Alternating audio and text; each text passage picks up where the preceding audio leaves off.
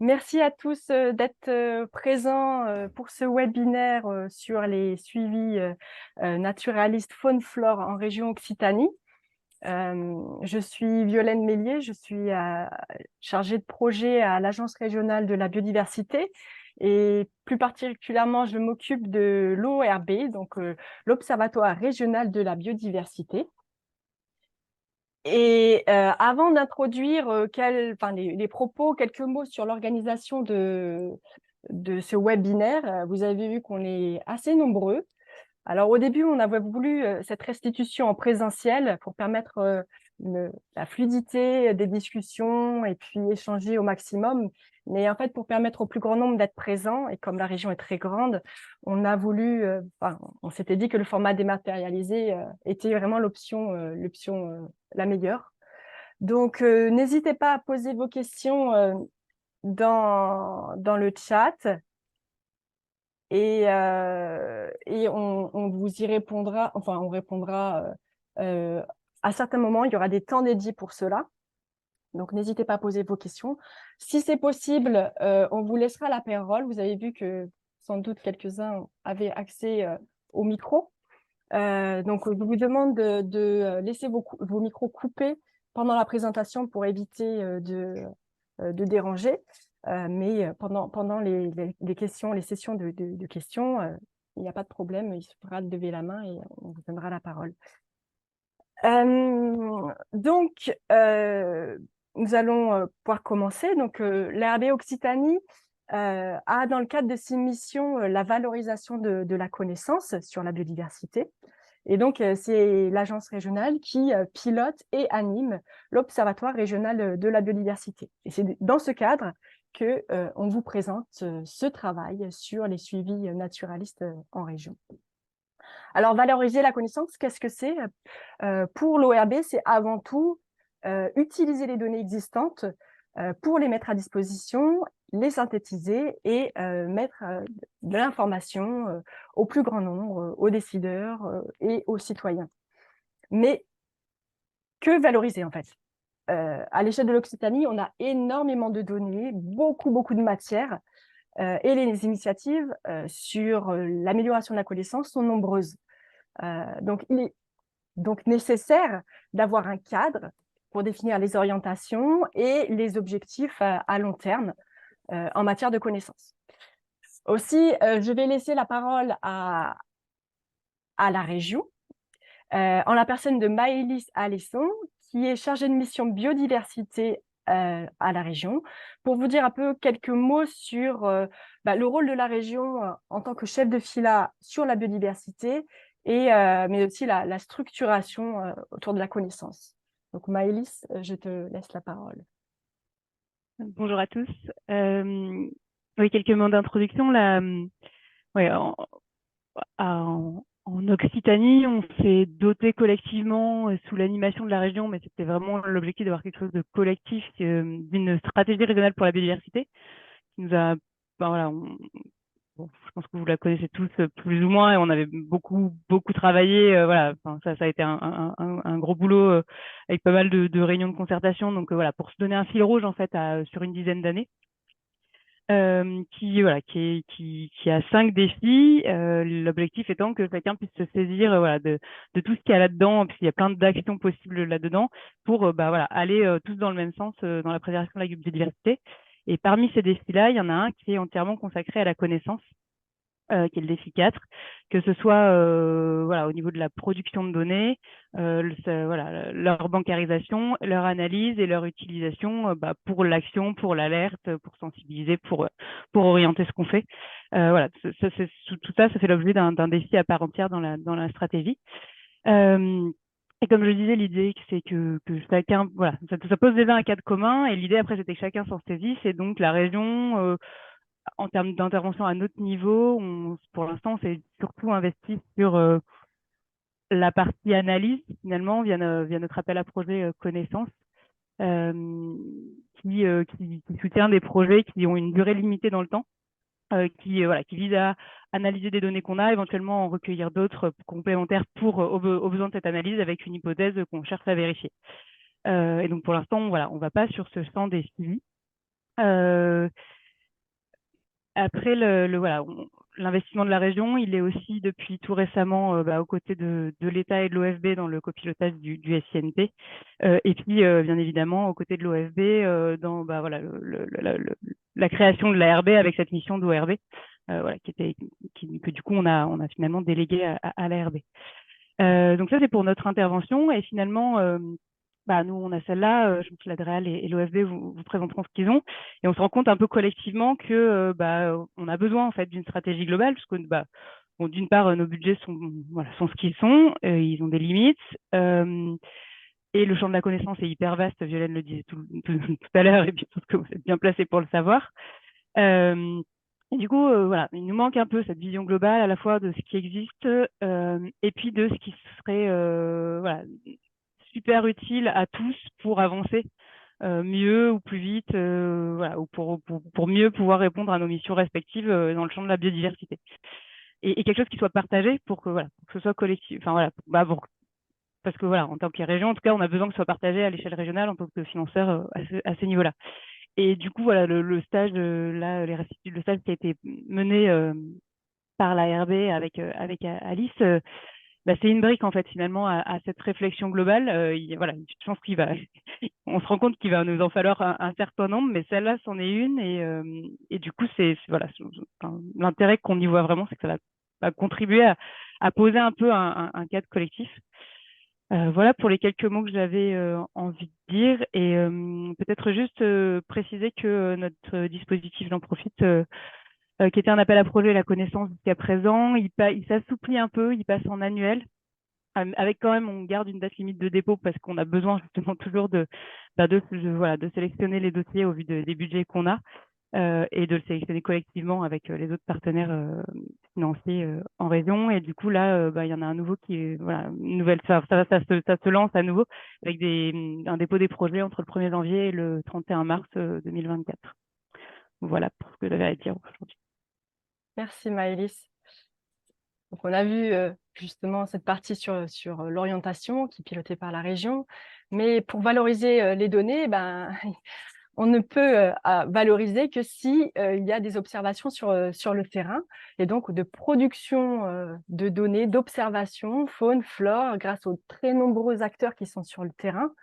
En la matière, parmi les acteurs de la production, il y a l'Office français de la biodiversité, qui participe à l'amélioration des connaissances.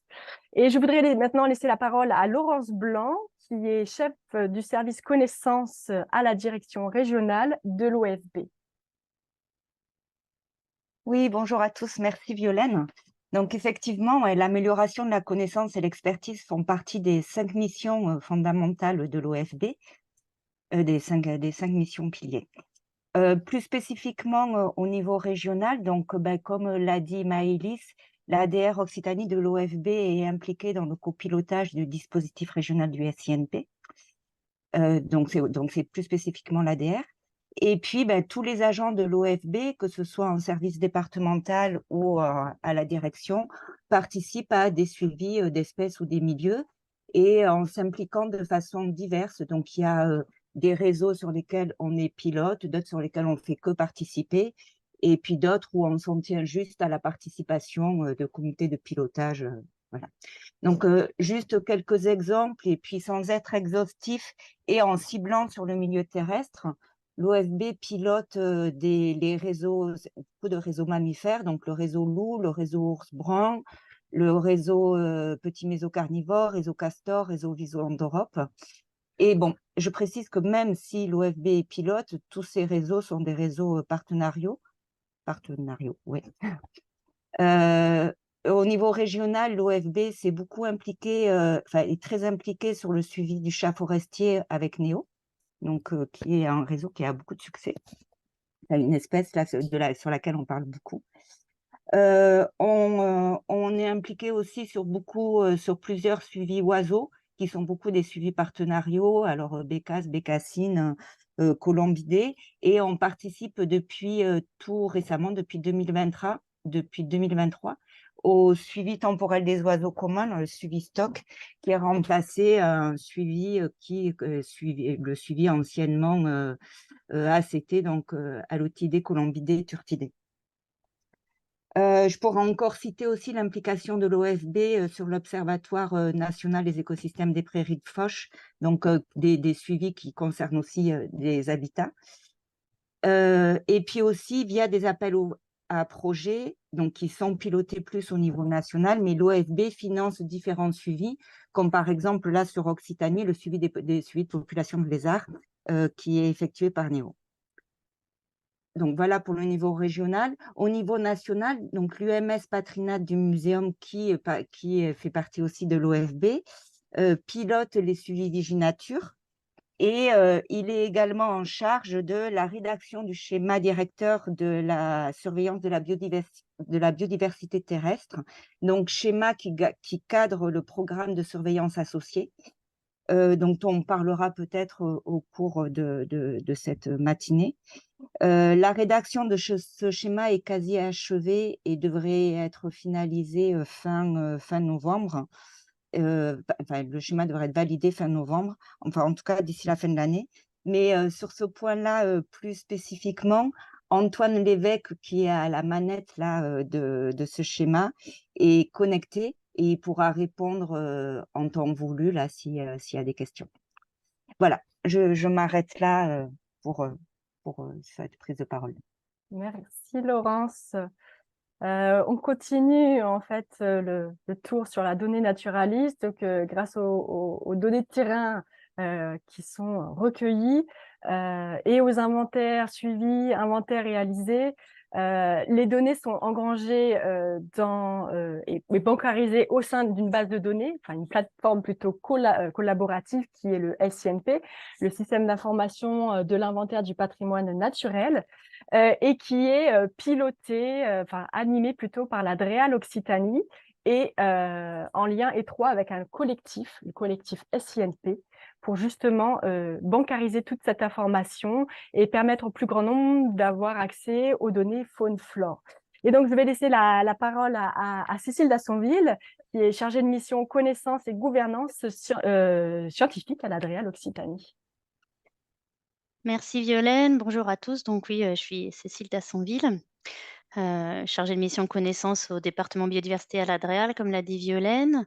Et pour rappeler la place de la DREAL au sein de la connaissance et des données naturalistes en région, donc au niveau régional, la DREAL finance également, anime, pilote ou copilote un certain nombre d'opérations connaissance et en priorité la déclinaison régionale des grands programmes nationaux d'inventaire de la connaissance, les programmes de l'inventaire du patrimoine naturel, comme l'inventaire en continu des SNIEF, les zones naturelles d'intérêt écologique, faunistique et floristique, ou l'inventaire du patrimoine géologique. La déclinaison régionale aussi des listes rouges, avec un certain nombre de listes rouges régionales qui sont élaborées en région. Et la DREAL a piloté depuis de nombreuses années et copilote depuis l'année dernière en lien avec la région et l'OFB, le collectif régional du SINP, le système d'information de l'inventaire du patrimoine naturel. Donc ça, c'est un dispositif partenarial qui est très important en région et qui vise à collecter, bancariser les données naturalistes, les valider et les diffuser à l'attention du public. Donc, pour ceux qui souhaitent plus d'informations sur le SINP de l'Occitanie, vous avez toutes les informations utiles sur le portail Internet de la DREAL par rapport à ce dispositif. Et s'il y a un message peut-être important à faire passer aujourd'hui, c'est que le standard des données du SINP permet de distinguer parmi ces données celles qui relèvent de suivi protocolé. Et c'est vrai qu'actuellement, dans notre base régionale, c'est une information qui pêche un peu et qui du coup rend plus difficile le travail de Violaine pour fabriquer ces indicateurs de tendance pour l'ORB, l'Observatoire régional de la biodiversité. Donc un message à faire passer vis-à-vis des différents parties prenantes du SINP, notamment les producteurs de données, ce serait d'identifier à chaque fois que c'est possible les données qui relèvent d'un suivi protocolé pour qu'elles puissent être valorisées en tant que telles. Voilà. Et pour parler rapidement de nos échéances budgétaires, puisque Maëlys l'a fait pour la région, on n'est pas exactement sur le même calendrier. Donc, si jamais vous souhaitez échanger avec la DREAL sur des opportunités de budget pour 2024, c'est maintenant. qu'il faut se tourner vers moi pour les opérations de connaissance ou vers mes collègues pour d'autres opérations pour construire le budget 2024. Voilà. Merci Cécile. Donc on termine le tour, hein. Une fois bancarisé dans l'USINP, l'objectif c'est de valoriser. Donc ça revient à l'ARB Occitanie, notamment via l'ORB, donc l'Observatoire, qui va utiliser un maximum de données pour réaliser des indicateurs. Alors, l'ORB, c'est quoi? Pour ceux qui ne le connaissent pas, c'est un outil essentiellement destiné à suivre l'état de la biodiversité en région, à apporter des éléments d'information par le biais d'indicateurs, comme l'a dit Cécile tout à l'heure, donc des indicateurs. Et pour monter des indicateurs, on commence par se poser beaucoup de questions. Alors, à l'ORB, on se pose beaucoup de questions. Quelles sont les grandes tendances sur la faune, la flore? Comment évolue-t-elle? Est-ce que c'est plutôt positif ou plutôt mal parti? Est-ce qu'il y a encore des lacunes? Comment évoluent ces tendances? Est-ce qu'on a des surprises ou alors au contraire des choses auxquelles on n'avait pas pensé? Comment évoluent les menaces sur ces tendances, mais également quelles sont les actions qui sont mises en place sur les territoires et qui favorisent une amélioration de l'état de certaines populations animales et végétales. Et donc, pour obtenir ce type de données, ce type d'indicateurs, on a besoin de données protocolées, donc de données qui soient capables d'être agrégées, utilisées pour ensuite monter des indicateurs et de faire des analyses à l'échelle régionale. Alors, c'est pour ça qu'est né ce projet, donc ce projet qui est d'établir un peu un état des lieux des suivis naturalistes protocolés en région sur la faune et la flore. Et donc, c'est un travail qui a été engagé par Alice Lecoeuf, qui est ici présente et qui est stagiaire à l'ARB, qui a passé 6 mois justement sur ce travail avec les uns et les autres. Merci beaucoup pour ceux qui sont là et qui ont participé aux entretiens. Et donc, on va vous présenter aujourd'hui les résultats de ce travail-là. Donc, comment ça va se passer?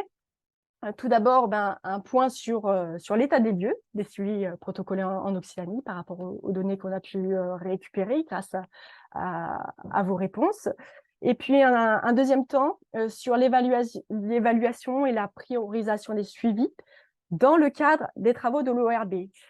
Donc, identifier quels seraient les suivis pour lesquels l'ORB pourrait utiliser les informations, les données pour monter des indicateurs de tendance à moyen et long terme. Et enfin, une dernière partie sur les perspectives. Suite à ce travail, qu'est-ce qu'on va faire? Qu'est-ce qu'on envisage? Voilà. Alors, juste entre chaque séquence, il y aura une session de questions. Donc, n'hésitez pas à lever la main si vous voulez intervenir. Et puis, sinon, à poser vos questions dans le chat. Voilà, je laisse Alice prendre la main. Merci Violaine, bonjour à tous.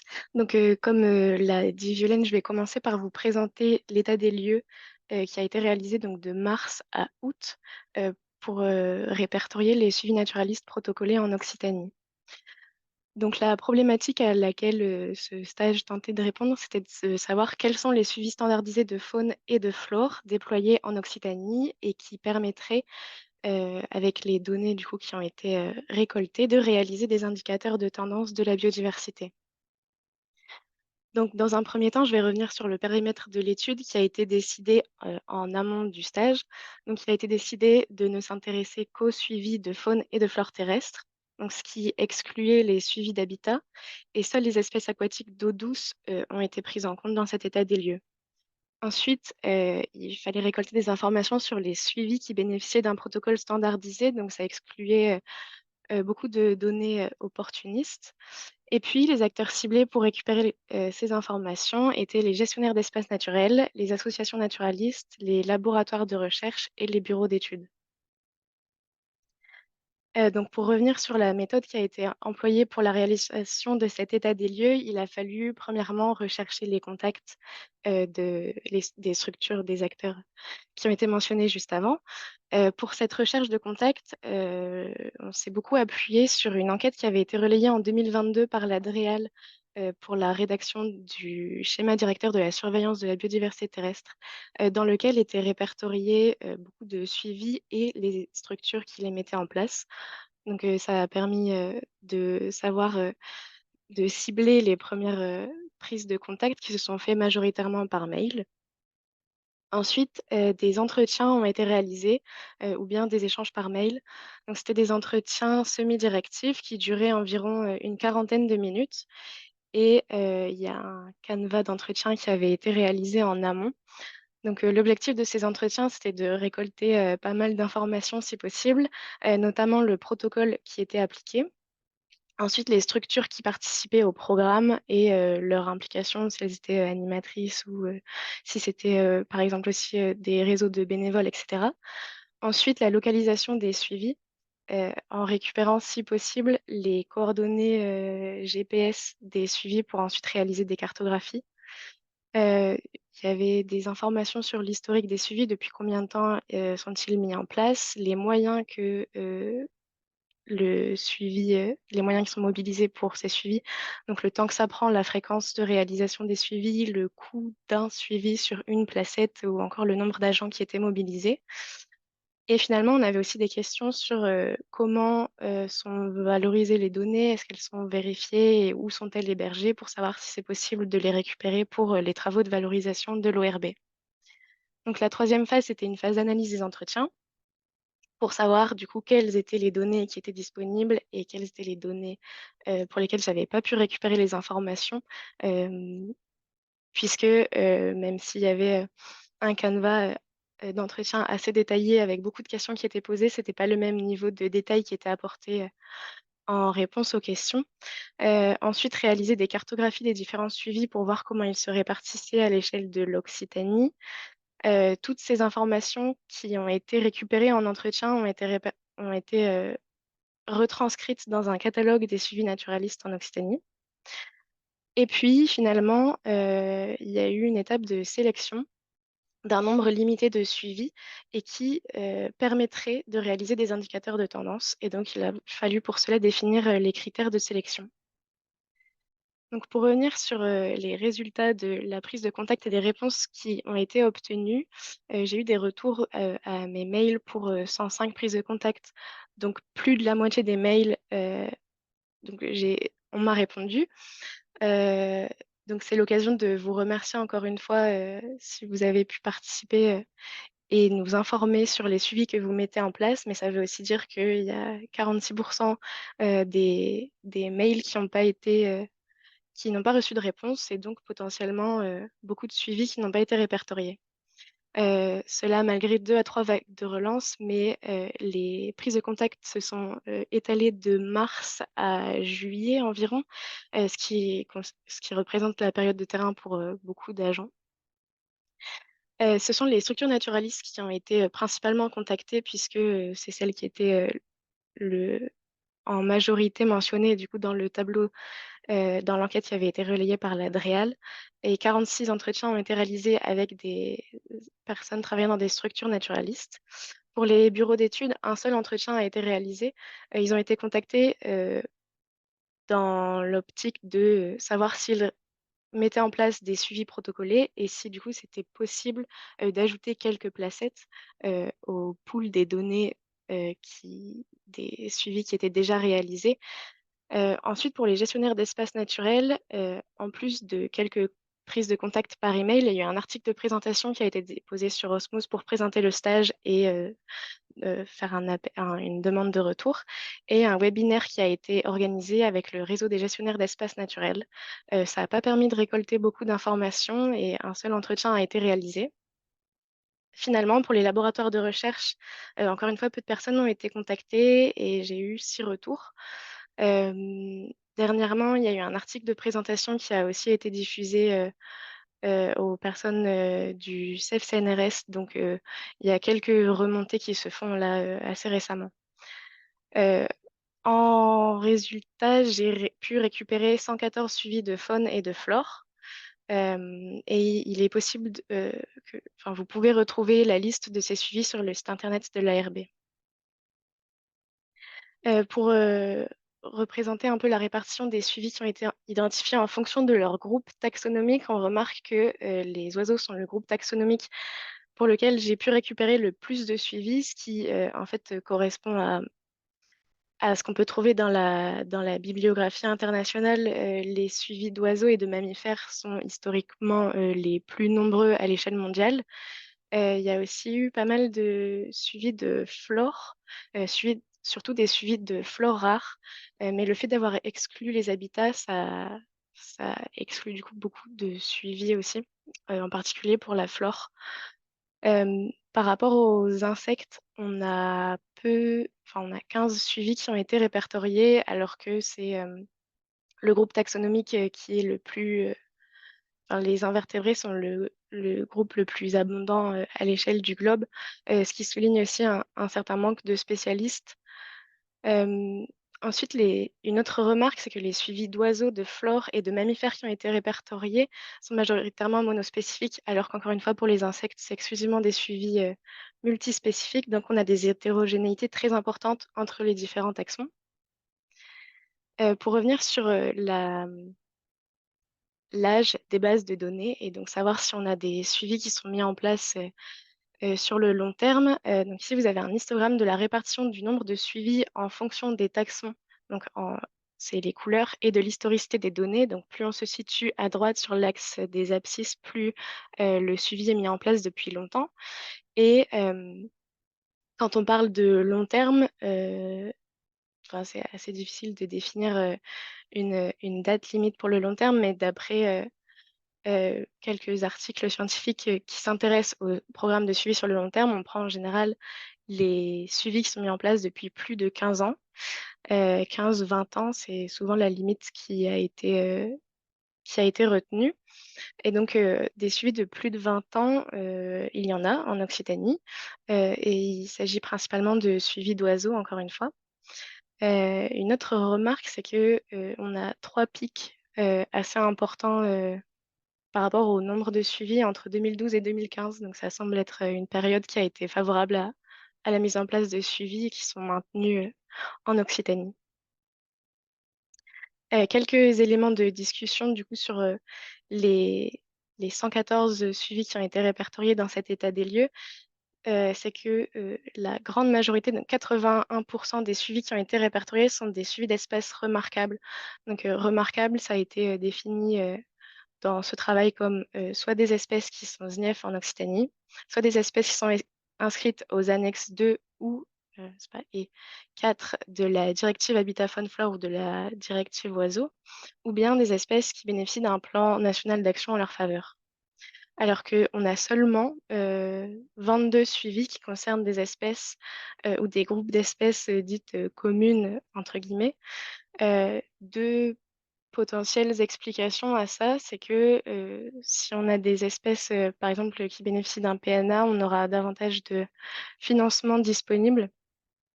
Et c'est aussi plus facile de mobiliser des réseaux d'observateurs, notamment des bénévoles, puisque les espèces remarquables, c'est un fait, ont plus de succès auprès du grand public.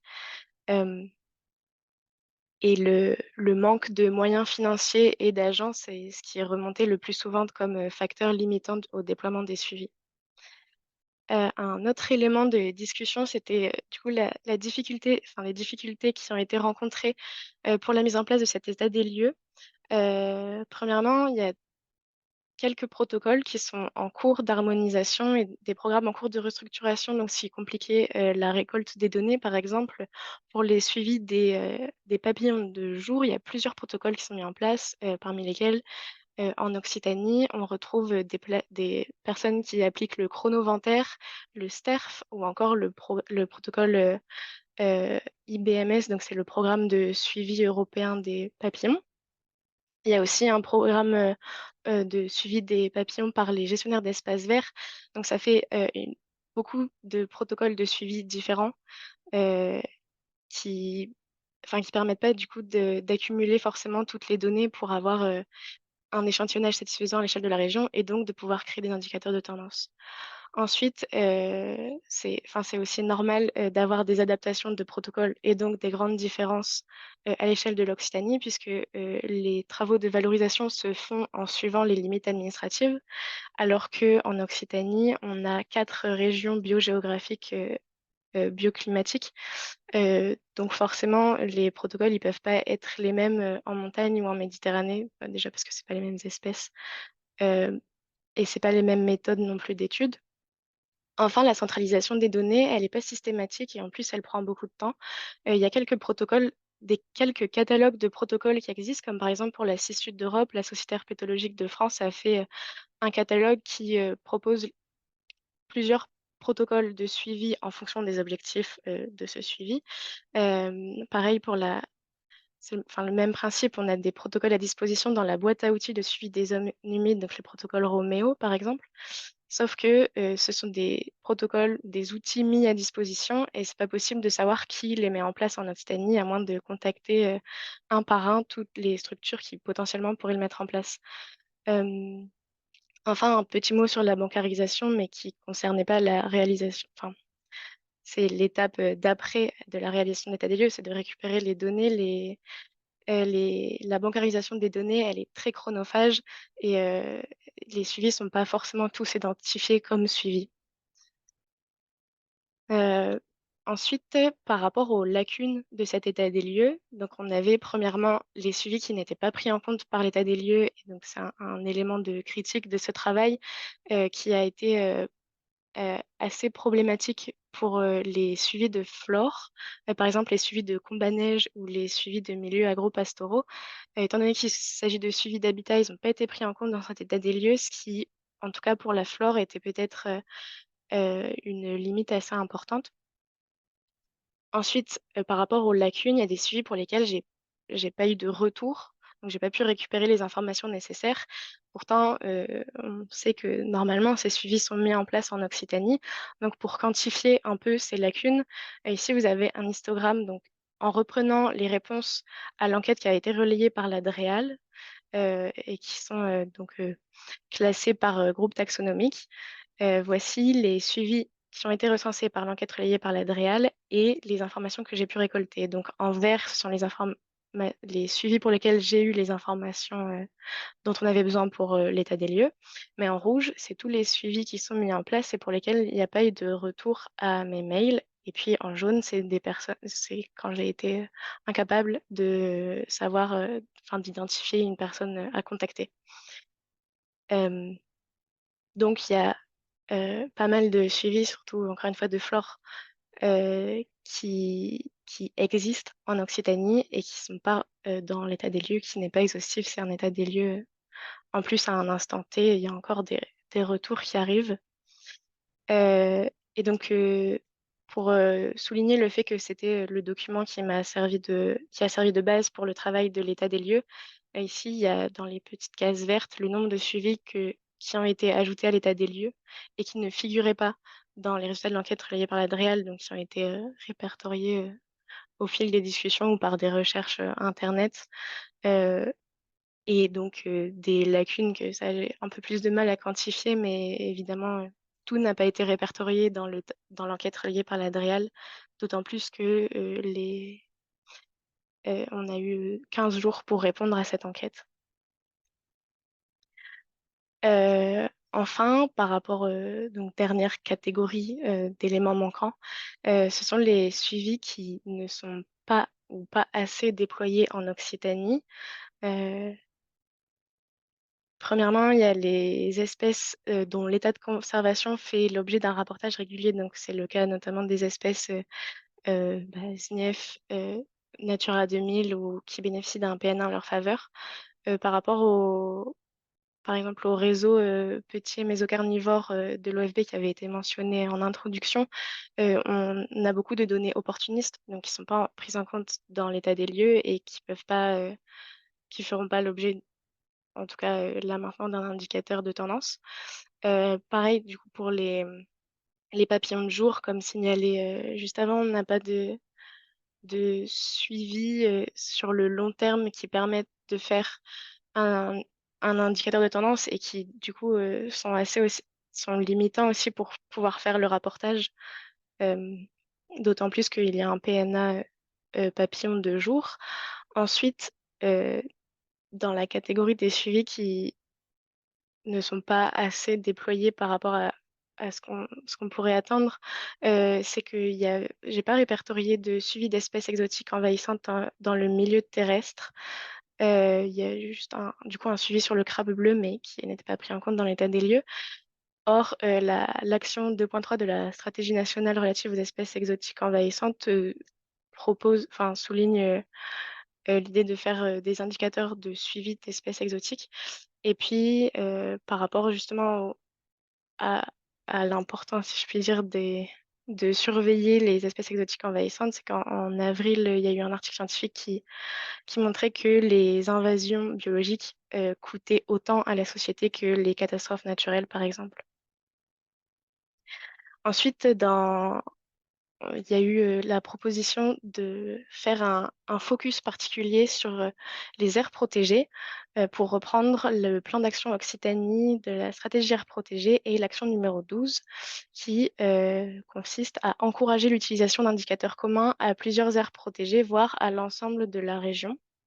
Donc c'est pour ça en partie que on a eu une communication assez différente pour les gestionnaires d'espaces naturels pour pouvoir récolter des informations puisqu'on avait eu peu de retours, euh, c- ce qui n'a pas forcément porté ses fruits puisqu'on a eu peu de retours de la part de gestionnaires d'espaces naturels. Néanmoins, pour la totalité des suivis qui ont été répertoriés, il a été indiqué que les suivis étaient déployés sur au moins une aire protégée, euh, peu importe, enfin du coup tout statut confondu. Euh, et en plus de ça, il y a aussi des suivis qui sont développés. Enfin, évidemment, il y a énormément de suivis qui sont déployés sur les aires protégées et souvent, ce sont des suivis qui sont adaptés à la taille et aux enjeux de cette aire protégée. Euh, et donc, pour quantifier à peu près la part de suivi qui était située hors aire protégée et en aire protégée, il y a eu 10 suivis pour lesquels on a pu récupérer les coordonnées GPS et donc calculer le nombre de points en aire protégée et hors aire protégée. Donc, c'est les suivis qui vous sont présentés dans le tableau à gauche. Et par rapport aux aires protégées, on a repris les groupes que vous pouvez voir dans la légende de la carte. Donc, une aire protégée à protection réglementaire, à protection par la maîtrise foncière ou à protection contractuelle ou conventionnelle.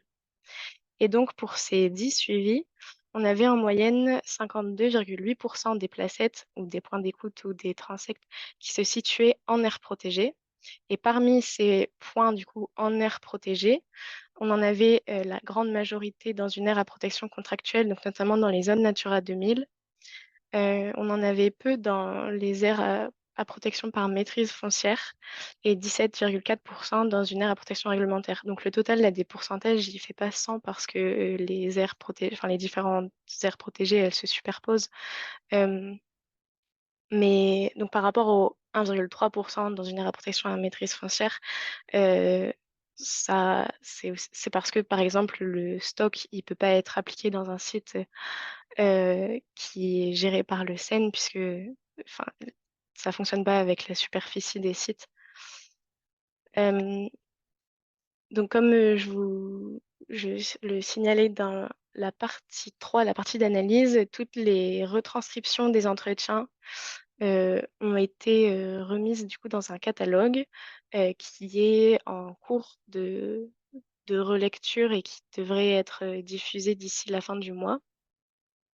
Et donc, l'objectif avec ce catalogue, c'était de répertorier le nom du suivi, les objectifs du suivi, l'état des connaissances de l'espèce actuellement en Occitanie, et donc savoir si c'est possible de réaliser potentiellement ou non des indicateurs de tendance. Ensuite, on a des cartes de la localisation des suivis, depuis combien de temps les données sont mises en place, qui réalise les suivis, donc ça reprend les questions des entretiens, les moyens nécessaires, le nombre de prospections aussi qui doit être réalisé.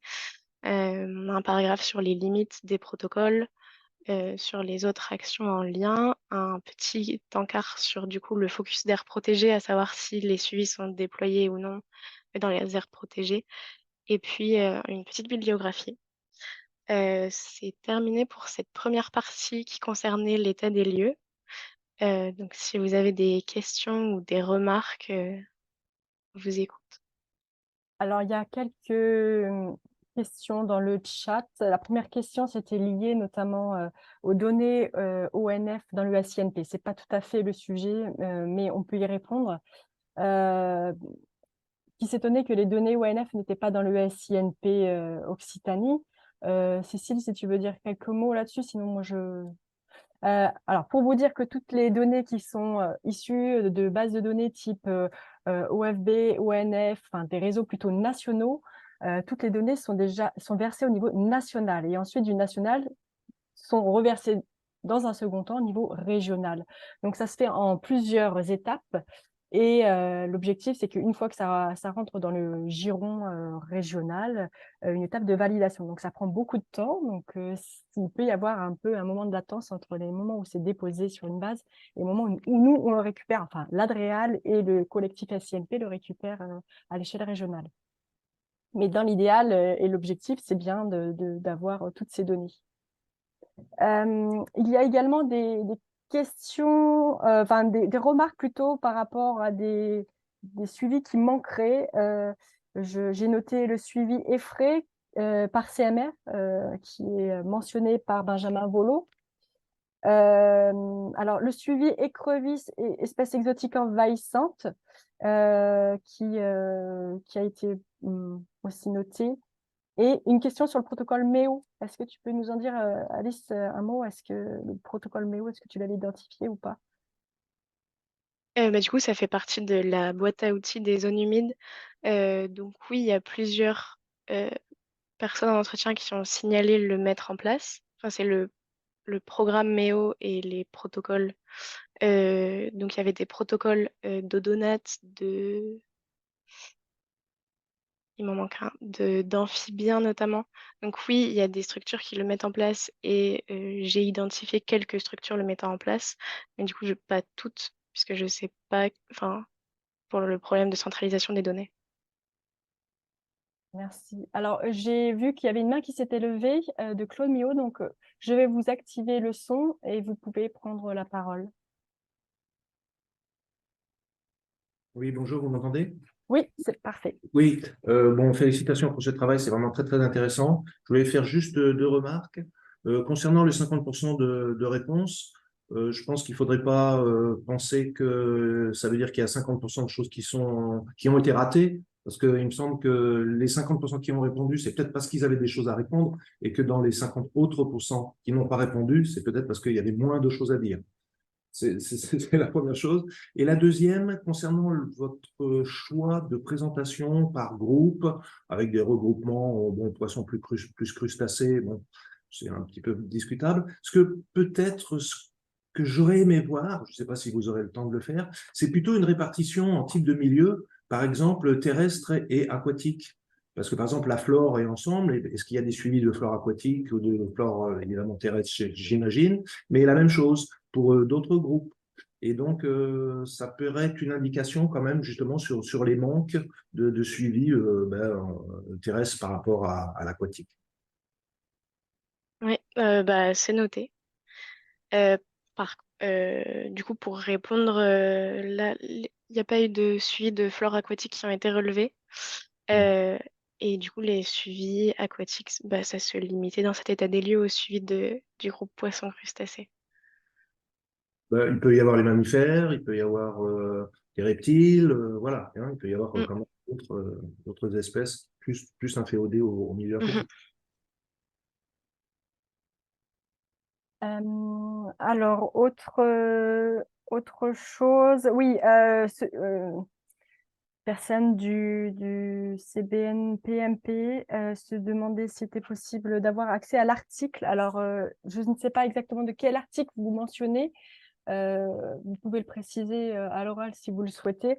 Et tout ce qui est données de graphiques que Alice a présenté, donc on propose de mettre à disposition donc, le PowerPoint qui sera disponible sur le site internet de l'ARB. Comme ça, vous aurez également tous les différentes figures que Alice vous a présentées. Je regarde dans le chat s'il y a d'autres questions. Sinon, n'hésitez pas à poser votre question à l'oral si on n'en a pas pris, on n'a pas fait attention. Oui, une remarque par rapport aux aires protégées, pour savoir pourquoi il y a eu si peu de retours. Alors là, on a assez peu de réponses à cette question, parce qu'on a essayé par plusieurs canaux d'avoir des réponses. Après, comme l'a mentionné Alice, on était en pleine période de terrain, donc ça ne facilite pas non plus le retour. Mais on espère, et c'est toujours ouvert, que si des suivis protocolés manquent, qu'on puisse nous les faire remonter pour bien évidemment compléter cette liste.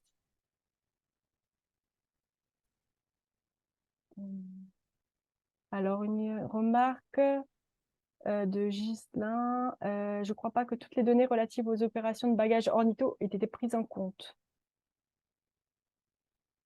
Est-ce que tu te rappelles de par rapport aux données bagages, oiseaux? Il y a des suivis du coup de bagages qui ont été pris en compte. Après, non, elles n'ont pas toutes été prises en compte. Il en manquait 8, il me semble, par rapport au tableau de l'Adréal, en plus des actions de bagages qui n'avaient pas été mentionnées dans l'enquête reliée par l'Adréal.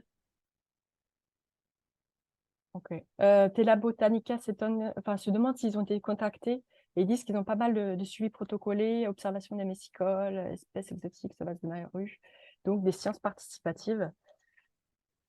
Donc, Alors, ça a été mentionné pour l'instant dans le catalogue, mais non, j'avais pas eu de retour, il me semble.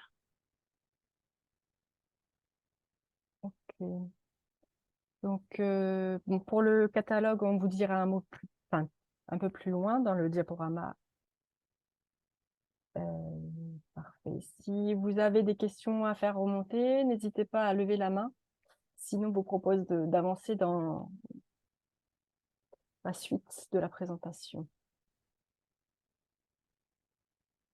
Ok, eh bien, passons à la suite alors.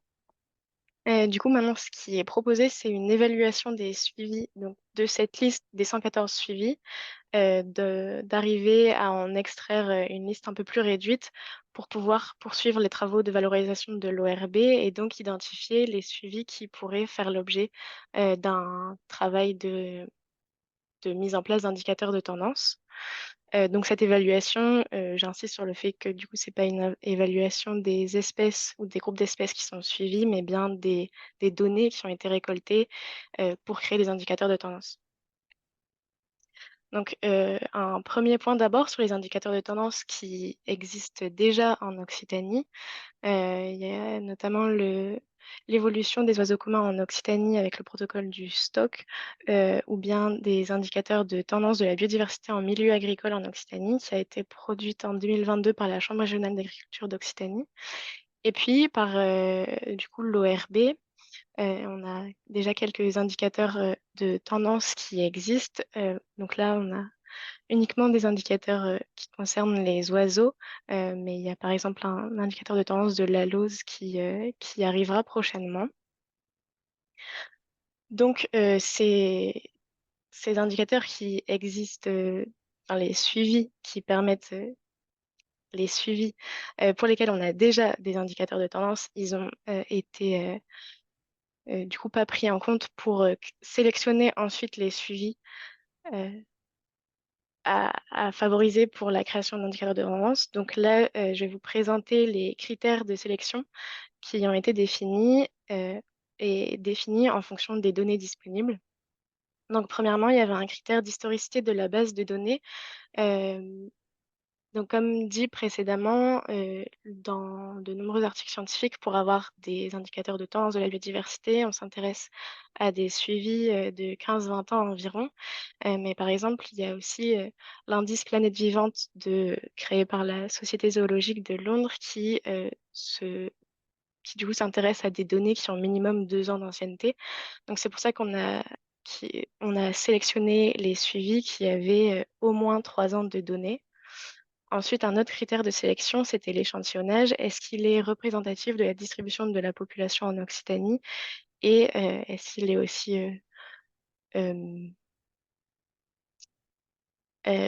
suffisant, c'est-à-dire qu'il y avait beaucoup de protocoles qui étaient effectués à l'échelle nationale et donc on avait très peu de placettes en Occitanie. Donc le critère de représentativité, il a été évalué sur dire d'experts, puisque derrière, il faut effectuer des analyses statistiques, voir si effectivement l'échantillonnage est bien suffisant ou pas.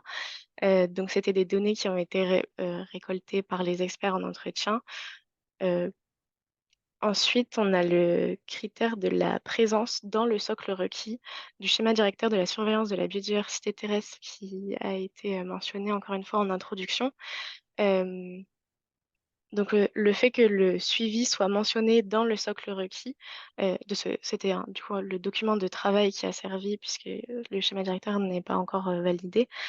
Mais donc, la présence de ce suivi dans le socle requis, ça devrait potentiellement faciliter les financements de ce suivi pour un échantillonnage à l'échelle nationale, mais qui servirait déjà de base pour ensuite affiner au besoin cet échantillonnage pour en faire des indicateurs régionaux. Ensuite, est-ce que le suivi est toujours déployé? Il y a quelques suivis qui ont été interrompus et donc qui n'ont pas été pris en compte dans cette évaluation des suivis. Puis, est-ce que l'accès aux données brutes pourrait être compliqué et donc compliquer le travail de valorisation des données? C'était le cas notamment pour les, les, les conventions qu'il fallait établir pour pouvoir accéder aux données et qui ne veut, enfin, ça signifie pas que ce sera pas possible d'accéder aux données brutes, mais ça va compliquer le travail. Et cette évaluation des suivis, c'était surtout pour savoir quelles sont les priorités d'action là maintenant et quels suivis euh, vont intéresser les futurs travaux de l'ORB. Ensuite, le dernier critère, c'était de savoir s'il existe déjà un indicateur de tendance à échelle régionale et donc de ne pas prendre en compte ce suivi puisque l'indicateur existe déjà. Donc, comme vous pouvez le voir dans ces critères, encore une fois, on n'a pas de prise en compte du temps, du coût du suivi ou encore du nombre de personnes qui doivent être mobilisées, puisque là, c'est des sélections en fonction des données qui sont produites par les suivis. Et donc, suite à ces critères, suite à cette sélection, on se retrouve avec 29 suivis qui sont identifiés comme permettant potentiellement de réaliser des indicateurs de tendance par l'ORB Occitanie. Pour revenir du coup sur la répartition des suivis par groupe taxonomique, on retrouve encore une fois le trio flore, mammifères et oiseaux qui sont les plus représentés dans les 29 suivis qui ont été répertoriés. Pour les oiseaux, on en retrouve moins puisque on a déjà pas mal d'indicateurs qui ont été créés et donc ils n'ont pas été sélectionnés. Et puis une remarque du coup importante, c'est que là dans les suivis qui ont été présélectionnés, on n'a aucun suivi d'invertébrés. Et puis ce sont des suivis principalement d'espèces remarquables, ce qui n'est pas étonnant par rapport à l'état des lieux, étant donné qu'on avait plus de 80% des suivis répertoriés qui étaient des suivis d'espèces remarquables. Et donc ici, je vous présente la liste des 29 suivis qui seraient présélectionnés. Alors cette liste, cette présentation ne signifie en aucun cas que ce sera effectivement possible de réaliser des indicateurs de tendance, mais d'après les critères de sélection, c'est ceux qui sont retenus. Maintenant, il reste à vérifier si effectivement l'échantillonnage il va être satisfaisant statistiquement, par exemple. Est-ce que les tendances vont être significatives ou non, mais ça donne une première feuille de route pour la suite des travaux. C'est terminé pour cette partie de présentation de l'évaluation des suivis. Je ne sais pas si vous avez des questions ou des remarques. Alors, dans le chat, il n'y a pas forcément de remarques par rapport à ça. Peut-être remettre la diapo juste avant sur les suivis sélectionnés, notamment dans le cadre des travaux de l'OERB. C'est écrit un peu petit, hein, mais il y a essentiellement voilà, sur les taxons flore, oiseaux. Vous retrouvez donc toute cette liste-là.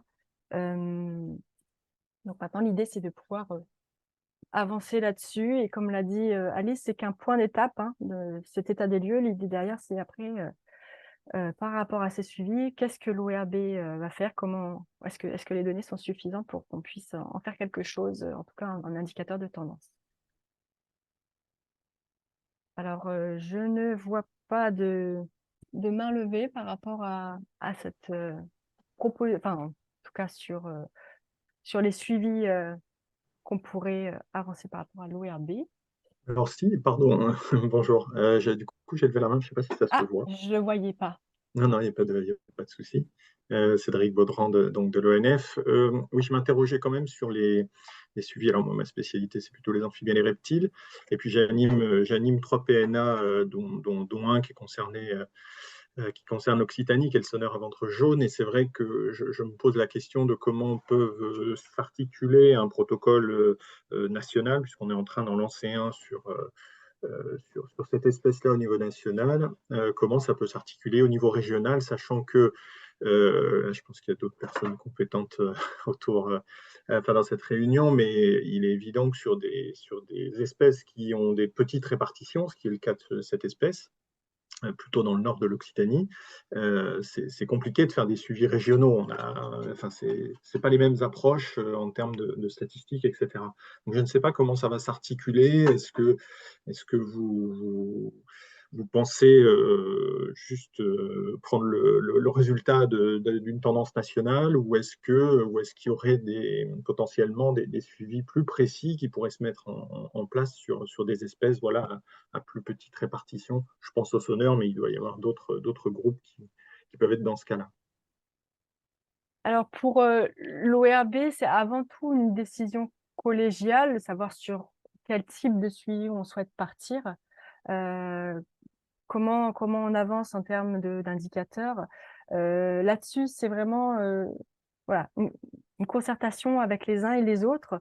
Si effectivement c'est considéré comme un enjeu pour la région, auquel cas il y a un souhait de développer un indicateur, oui, il y a vraiment le souhait de ensuite faire en sorte qu'on puisse déployer plus largement, peut-être à l'échelle de la région, en fonction évidemment de l'aire de répartition de l'espèce.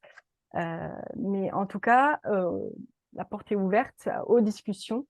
Et ça fait aussi partie du souhait de partager ces résultats avec vous pour savoir voilà, comment on s'organise côté ORB, mais aussi côté région, réal, pour avancer sur ces questions-là. Je ne peux pas vous répondre de manière très Non, mais précise, ok. mais en tout cas, pour vous dire que nous, on est ouverts pour réfléchir à ces questions-là. Ok, merci. Alors, j'ai vu une main levée. Isor, M. Je vais vous Oui, mettre... bonjour. Oui. Oui, je suis en master GBI à Toulouse, étudiante. J'avais juste une petite question en fait sur le protocole Vigie Chiro sur les chiroptères, sur le protocole point fixe. Je me disais pourquoi on ne peut pas l'appliquer en fait justement dans ces suivis sélectionnés. Qu'est-ce qui pêche? Je sais plus. Je reviens sur les critères.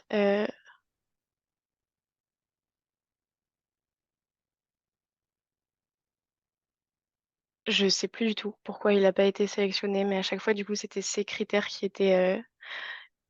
étaient appliqués, enfin, du coup, par filtre sur la liste. Mais je pourrais regarder juste après. Désolée. D'accord, il n'y a pas de souci. Mais je veux bien, ouais, si vous avez une réponse plus tard, ça m'intéresse. Il est noté aussi dans le chat.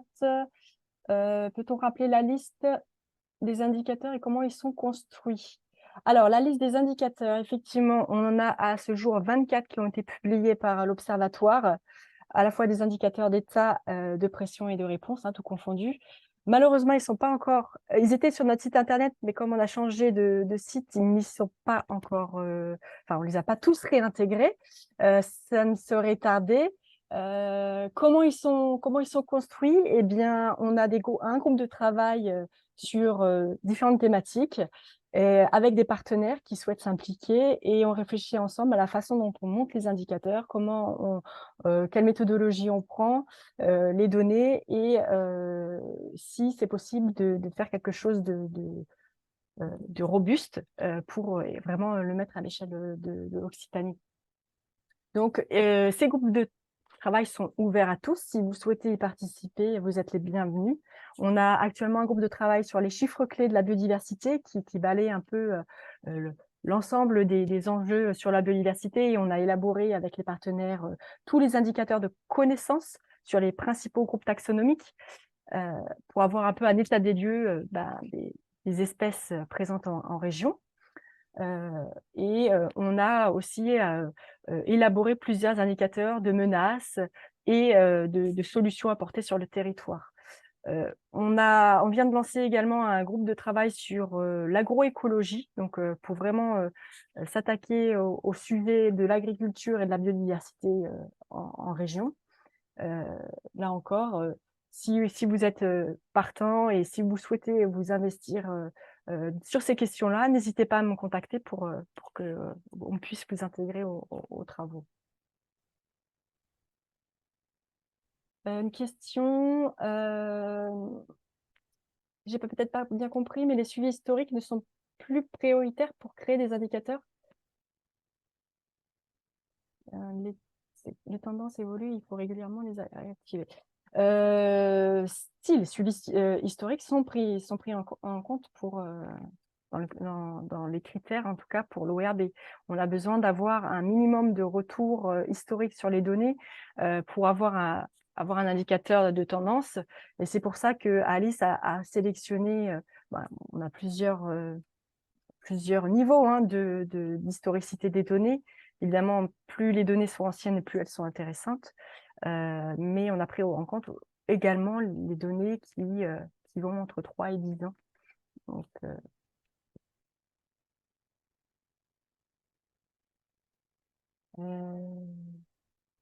il y a une question de Ghislain sur pourquoi y a-t-il autant de suivi SynOps?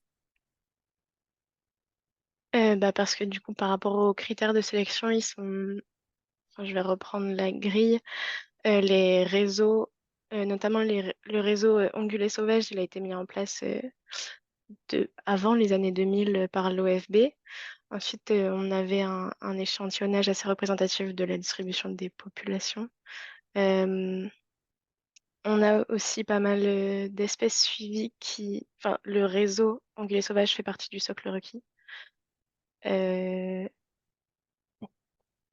Je ne sais pas si du coup ça répond aux questions, mais enfin, il y a beaucoup de suivis qui sont faits par les fédérations régionales, enfin les fédérations de chasse, et qui ont répondu aux critères de sélection, d'où leur sélection.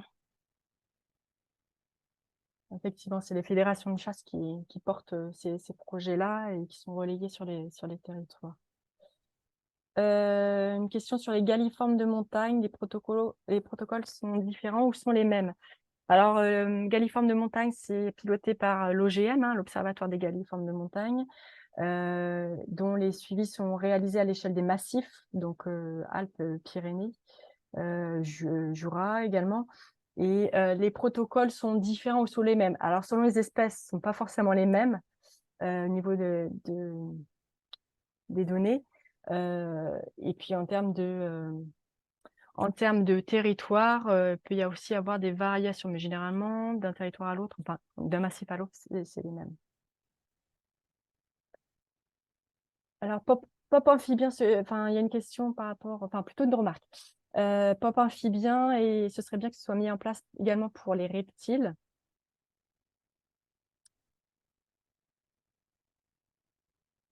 Voilà.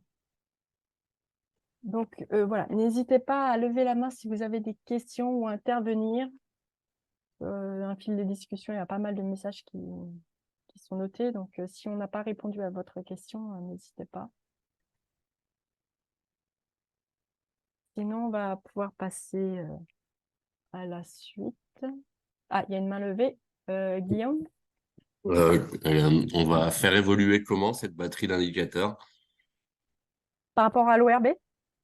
Bah oui, en fait, il peut y avoir de nouveaux protocoles qui vont arriver alors qui aujourd'hui rentrent pas dans votre critère de sélection par rapport au temps passé, etc. Mais aujourd'hui, il y a des choses qui sont en train de se mettre en place un peu partout et enfin, comment cette batterie d'indicateurs va évoluer en fait.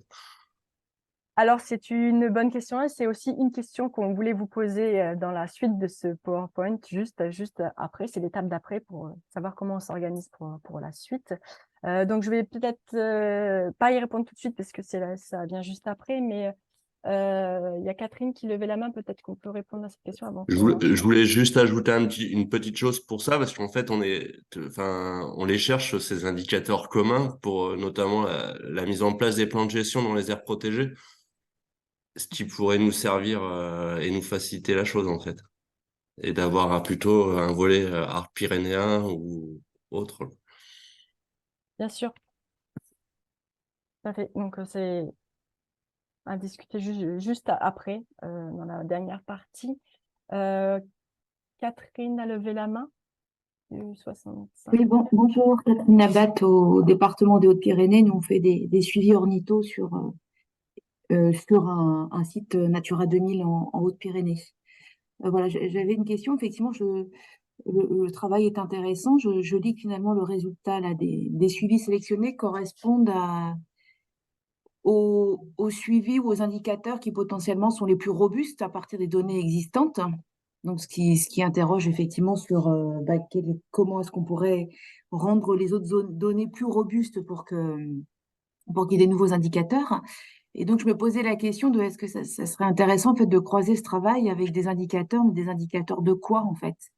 Donc, parce qu'on peut faire des indicateurs de plein de choses, comme vient de le dire le monsieur, des indicateurs de plan de gestion, des indicateurs par rapport à l'observatoire, par rapport au changement climatique. Donc, c'est vrai que l'Observatoire du pyrénéen du changement climatique travaille aussi beaucoup là-dessus. Donc, il me semble que ça serait intéressant de croiser cette liste, effectivement, avec ces travaux qui se font soit au niveau de l'Observatoire, soit au niveau de plein de programmes européens,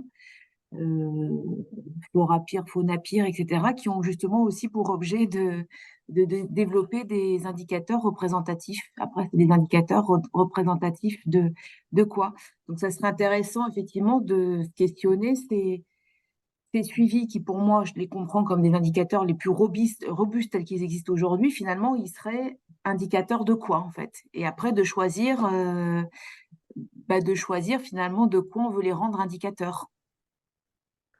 Alors, juste une remarque par rapport à cette liste-là, c'est pas Oui. tant à des indicateurs qui sont robustes, parce que des suivis qui donneraient lieu à des indicateurs robustes, parce que comme l'a dit Alice, c'est une première étape. Derrière, il faut vérifier que les données en présence, en tout cas en termes de suivi, de répartition, d'échantillonnage, c'est suffisamment représentatif à l'échelle de la région. Alors, oui, parce que ça fait partie des critères, mais derrière, nous, on n'a pas forcément toutes les données spatiales pour savoir si en termes de nombre d'échantillons, de maillage, est-ce que c'est suffisant pour la région pour avoir quelque chose de robuste?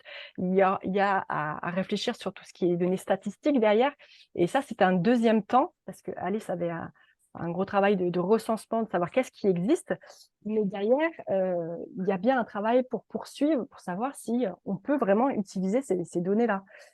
Et si c'est robuste en fait.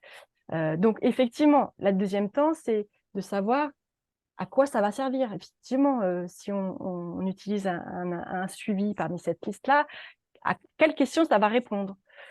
Donc nous, on a déjà un certain nombre de questions, mais il faudra bien s'assurer que derrière, ces suivis-là pourront répondre à la question, ou au moins apporter un élément de réponse. Et ce n'est pas toujours facile dans ce sens-là.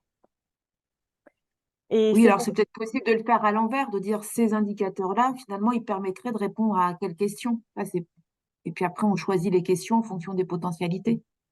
Oui, c'est ça. Je sais pas si c'est possible de le faire dans ce sens-là. Oui, on a besoin de toujours avoir en tête quelle est la question de base et est-ce que les indicateurs qu'on va créer vont nous permettre de répondre à cette question-là.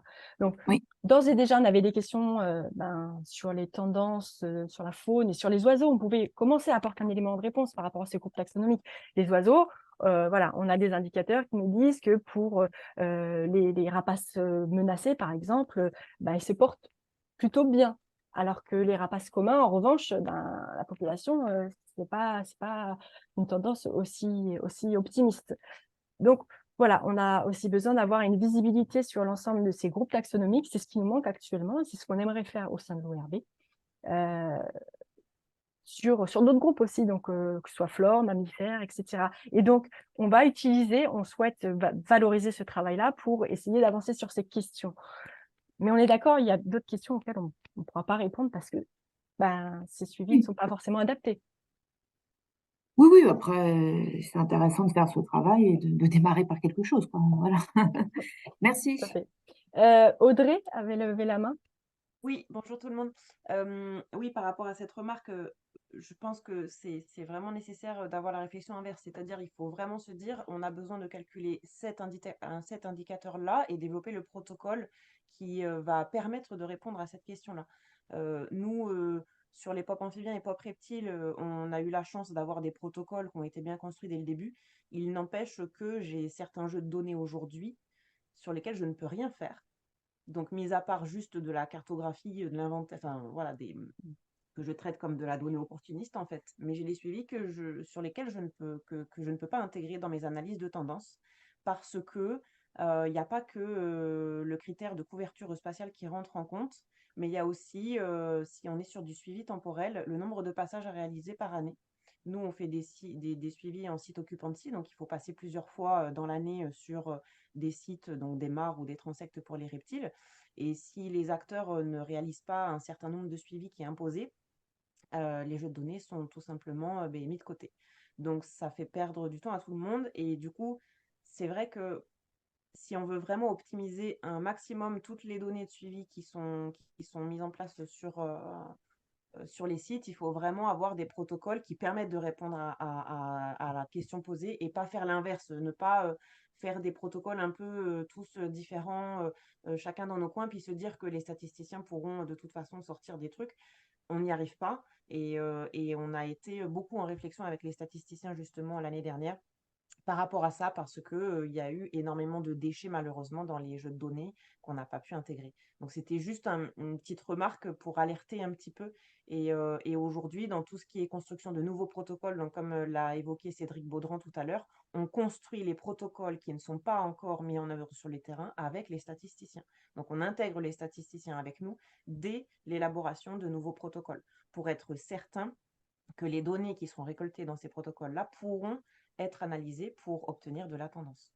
Voilà. C'est juste une petite remarque à faire attention à pas trop voir ce volet-là dès le début parce qu'on peut avoir de mauvaises surprises à la fin quand on a des jeux de données qui ne sont pas exploitables.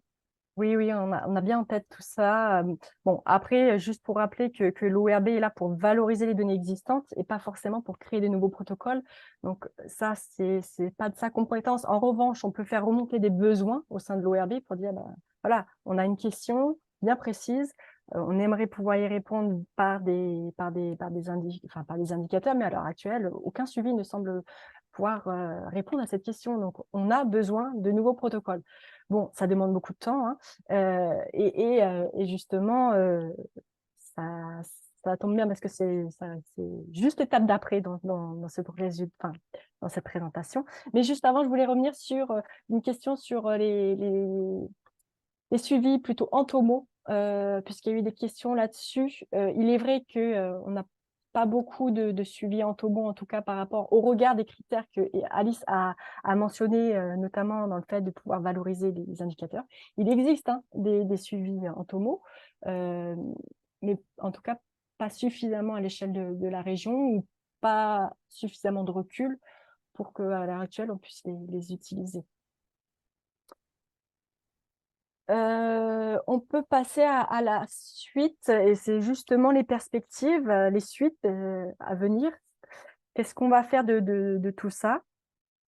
Alors, concernant plus particulièrement l'ORB, Quelles sont les suites à donner de manière très opérationnelle. Donc, l'apparition à venir du catalogue qu'a mentionné Alice, il sera disponible prochainement d'ici octobre. Donc, pas en même temps que le diaporama qu'on va mettre directement sur le site, mais en revanche, le catalogue sera mis sur le site prochainement. En tout cas, c'est un catalogue qui fait un peu le retour des entretiens qu'Alice a pu avoir avec les uns et les autres. Donc, il n'y a pas les 114, ne soyez pas surpris, il n'y a pas les 114 suivis dedans, mais il y a une grande partie et vous pourrez trouver des informations dedans. Ensuite, on va continuer ce travail-là, puisque l'idée, c'est que c'est un travail qui a été fait à un instant T. Maintenant, on veut pouvoir l'alimenter et au gré des remontées qu'on peut avoir. Donc, surtout, n'hésitez pas à nous renvoyer un mail pour dire qu'il manque des suivis, nous faire part de ces informations pour qu'on puisse les réintégrer dans le fichier qu'on a actuellement.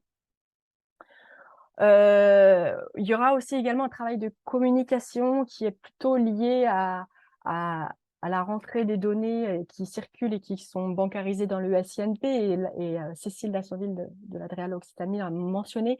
C'est vraiment très important que les données qui soient versées au SINP puissent être reliées au suivi quand c'est le cas, pour que derrière, la valorisation puisse être plus facile, ou du moins qu'on puisse les repérer de manière plus rapide. Plutôt que d'aller les chercher à gauche, à droite dans les différentes bases, puisque voilà, actuellement, ce n'est pas encore tout à fait le cas. On espère que ça, ce sera davantage fait pour les jeux de données à venir.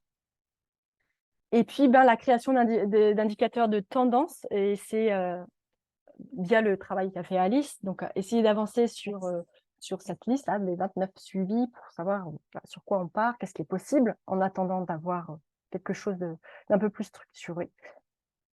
Et parallèlement à tout ça, il y a une autre question qui se pose.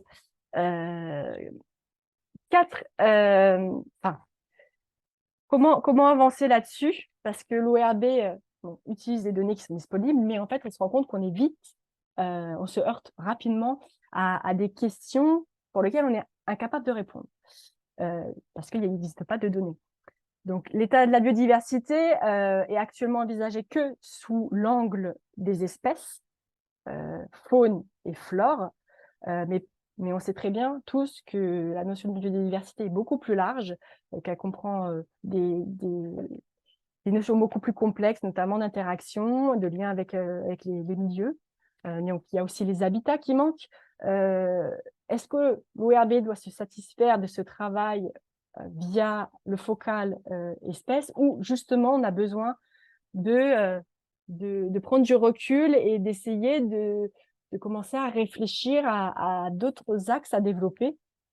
Et donc ça, c'est une question qui est plutôt ouverte, qui est à destination de tous, savoir comment on part, quels sont les axes à prioriser pour améliorer la surveillance de la biodiversité en région, pour s'assurer que l'érosion ne se poursuit pas. On a besoin de tous, il me semble, se discuter et se concerter pour avancer sur ces questions-là. Et donc, du coup, la question est ouverte. On aimerait pouvoir avancer sur ce sujet-là, savoir quel groupe taxonomique, quelle entrée prendre pour réfléchir aux protocoles qui vont derrière et derrière dérouler. Donc, ça s'insère effectivement dans le cadre de la stratégie d'amélioration de la connaissance qui est pilotée par la région. Mais l'ORB a également mission de faire remonter les besoins. Donc, c'est l'occasion ici de pouvoir dire ce que vous en pensez, comment vous voyez les choses. Est-ce que selon vous, c'est nécessaire de pouvoir avancer sur ces questions-là et essayer de s'organiser au mieux à l'échelle régionale?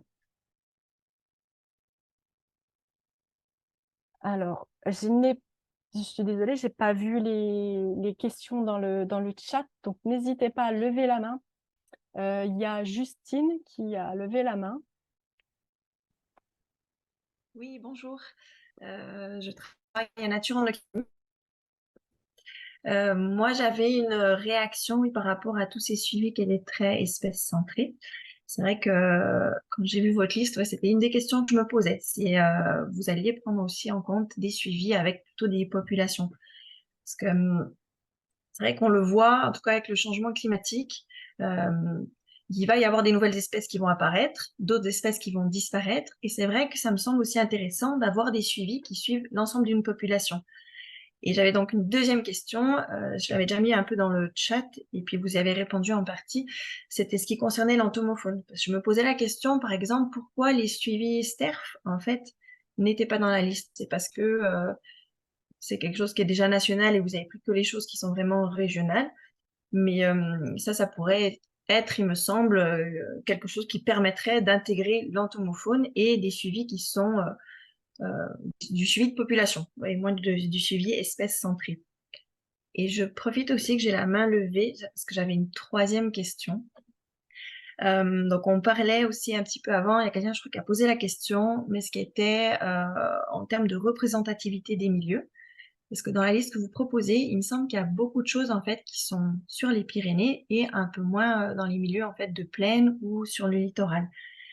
Et donc, bon, j'entends bien en fait que peut-être il n'y a pas de suivi assez robuste qui réponde à tous vos critères sur ces milieux-là, mais est-ce que peut-être à un moment donné, est-ce qu'il ne faudra pas revoir en fait cette liste de critères de manière à aussi avoir tous ces autres milieux? Voilà, merci beaucoup. Du coup, pour répondre à la deuxième par rapport au STERF, il n'est pas dans la liste des suivis qui ont été sélectionnés parce que il manquait beaucoup d'informations. Enfin, du coup, il y a un entretien qui a été réalisé qui a permis de récupérer des informations, mais pas assez. Notamment depuis combien de temps le suivi est mis en place et surtout, l'échantillonnage, il n'est pas assez représentatif de la distribution de l'espèce en Occitanie.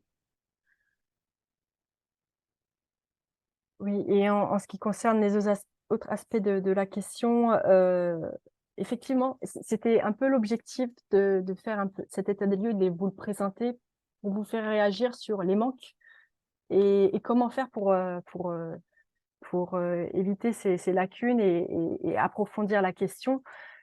On vous présente que ce qui existe actuellement et sur lequel on peut se baser nous, mais il y a encore beaucoup de lacunes. En tout cas, il y a des questions, comme je l'ai dit, hein, on ne peut pas y répondre et on a besoin justement de votre retour pour savoir quels sont les enjeux, qu'est-ce qu'on aimerait mettre en place à l'échelle de la région pour pouvoir répondre à ces questions. Peut-être qu'on ne pourra pas le faire demain, mais en tout cas, s'organiser pour le faire à l'avenir et avoir une réponse.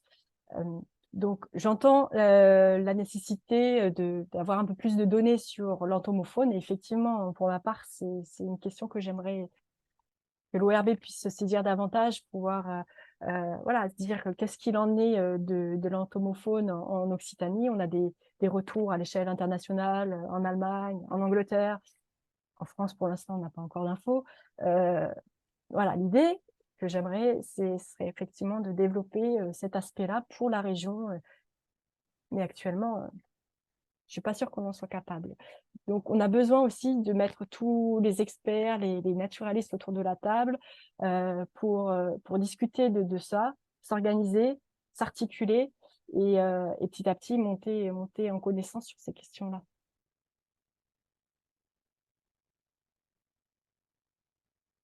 Alors, il y a une autre main levée. Monsieur Baudran. Oui, c'est ça. Oui, j'avais une question par rapport à l'articulation justement et par rapport aux questions que vous venez de poser, qui sont le socle, hein, bien sûr. Le rôle du CSRPN dans ce cas-là, est-ce que vous les avez inclus dans la démarche? Comment ça se passe? Alors, le CSRPN fait partie, en tout cas, des travaux de l'ORB au niveau de l'instance du bureau de l'ORB, qui est l'instance, si vous voulez, l'organe décisionnel. Également présente dans le groupe de travail. Pour ce travail-là, l'idée, c'est également de leur présenter. Et effectivement, il faut discuter avec tout le monde au sens large. Hein.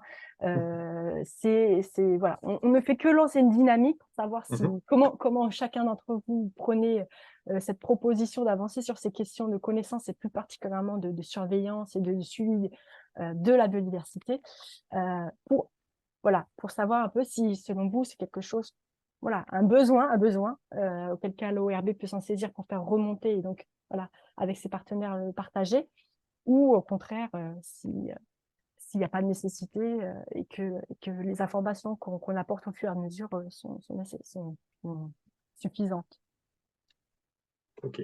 Le CSRPN est là, me dit Charles Gers. Effectivement, il y a plusieurs personnes du CSRPN. Je ne sais Ok. pas si certains membres du CSRPN souhaitent réagir là-dessus et apporter un peu leur avis sur la question.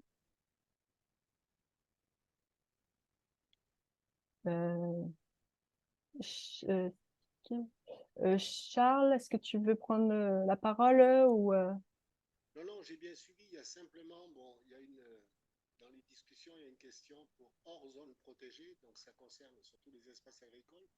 Là où je ne suis pas trop d'accord, c'est sur certains protocoles ENI. Et ça, ces protocoles ENI, on n'en a jamais discuté en CSRPN, quoi. Parce que de mettre de la moutarde pour faire monter des vers de terre, c'est assez dangereux pour mes colamboles et mes acariens. Donc, si c'est pour savoir s'il y a un ver de terre, il suffit de prendre une bêche, de faire un trou de 20 cm sur 20 cm, de multiplier 4 fois pour avoir 1 mètre carré, et là, vous aurez une donnée qui est fiable, alors que la moutarde, vous ne savez pas d'où vient le ver de terre. Et surtout, combien passe de vie à trépas.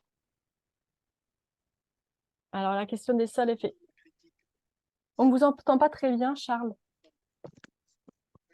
Non, excusez-moi, donc simplement, je voulais revenir sur la question qui était hors espace géré. Bon, il y a tout le côté agricole. Bon, vous vous êtes dirigé vers l'Observatoire de biodiversité agricole, mais il y a quand même quelques petits problèmes sur un certain nombre de méthodos qui sont appliqués, et surtout, par exemple, pour les vers de terre, moi, je suis assez opposé à l'utilisation de la moutarde. Car cette manip, bon, je les ai fait, hein, je l'ai fait ça déjà. Mais je veux dire, c'est assez drastique pour un certain nombre de vers de terre, et c'est aussi très drastique pour tout ce qui est arthropodes du sol, colamboles, acariens et même, disons, mollusques, crustacés et tout. C'est pas vraiment l'idéal, quoi. On ne peut rien dire de quelque chose qui va attirer ou avoir une action de répulsion pour pouvoir donner un indicateur, surtout qui ramène ça au mètre carré, quoi. Voilà, bon, c'est sûr. C'est juste une petite critique au passage, quoi.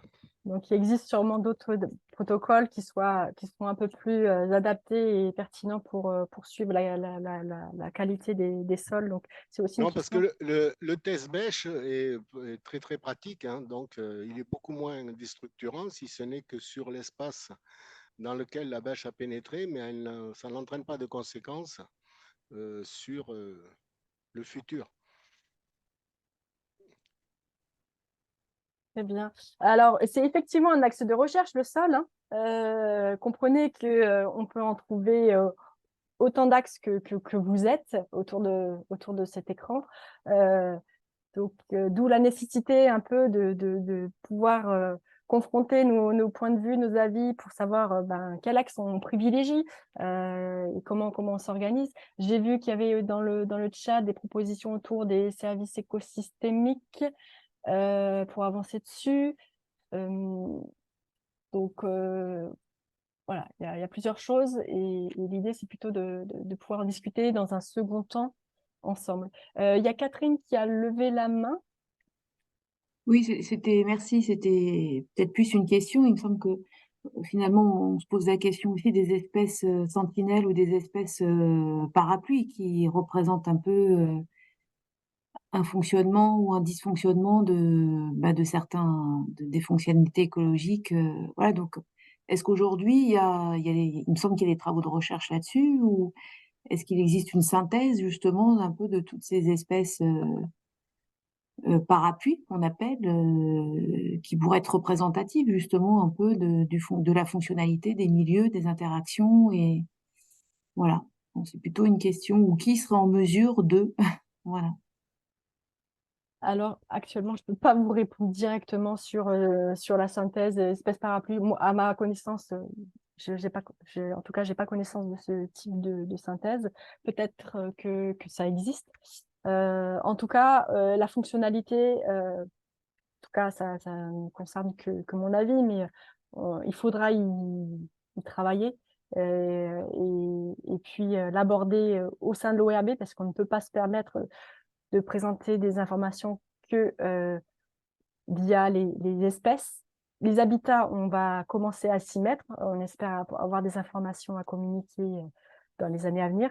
Par contre, tout ce qui est fonctionnalité, là, vraiment, c'est un sujet qui pêche et pour lequel on a vraiment besoin aussi de savoir comment on s'y prend, quel type d'indicateur, quelles données, pour répondre à ces questions-là.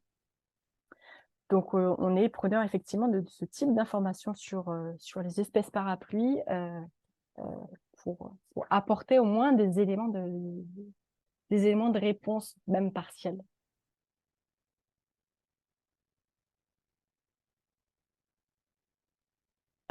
Est-ce que vous souhaitez prendre la parole là-dessus? Donc, par rapport à ça, est-ce que vous êtes plutôt partant sur le fait de pouvoir organiser justement une concertation sur ces questions liées en priorité d'axe et travailler sur ces questions-là, évidemment en lien étroit avec la région pour ce qui est de la stratégie d'amélioration de la connaissance, et puis l'Adréal également.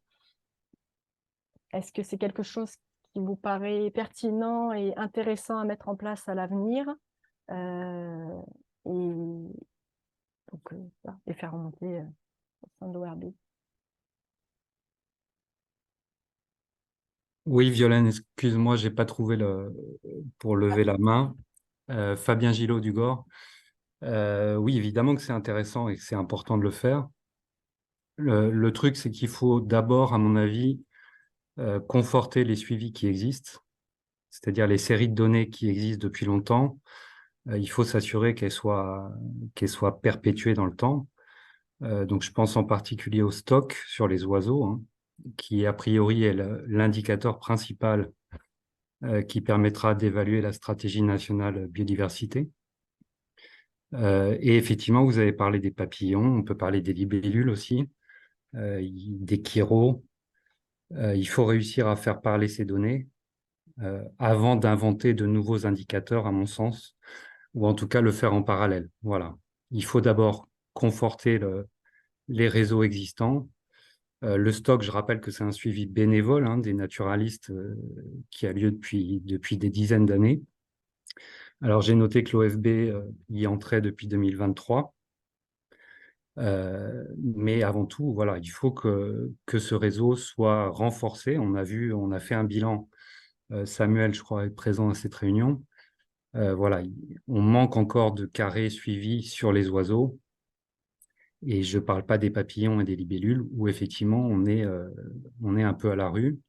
Tu as parlé des pays, effectivement, comme l'Allemagne. Je peux parler aussi de l'Espagne et de la Catalogne en particulier. La région voisine, juste au sud, a un suivi sur les papillons qui est absolument phénoménal depuis une vingtaine d'années.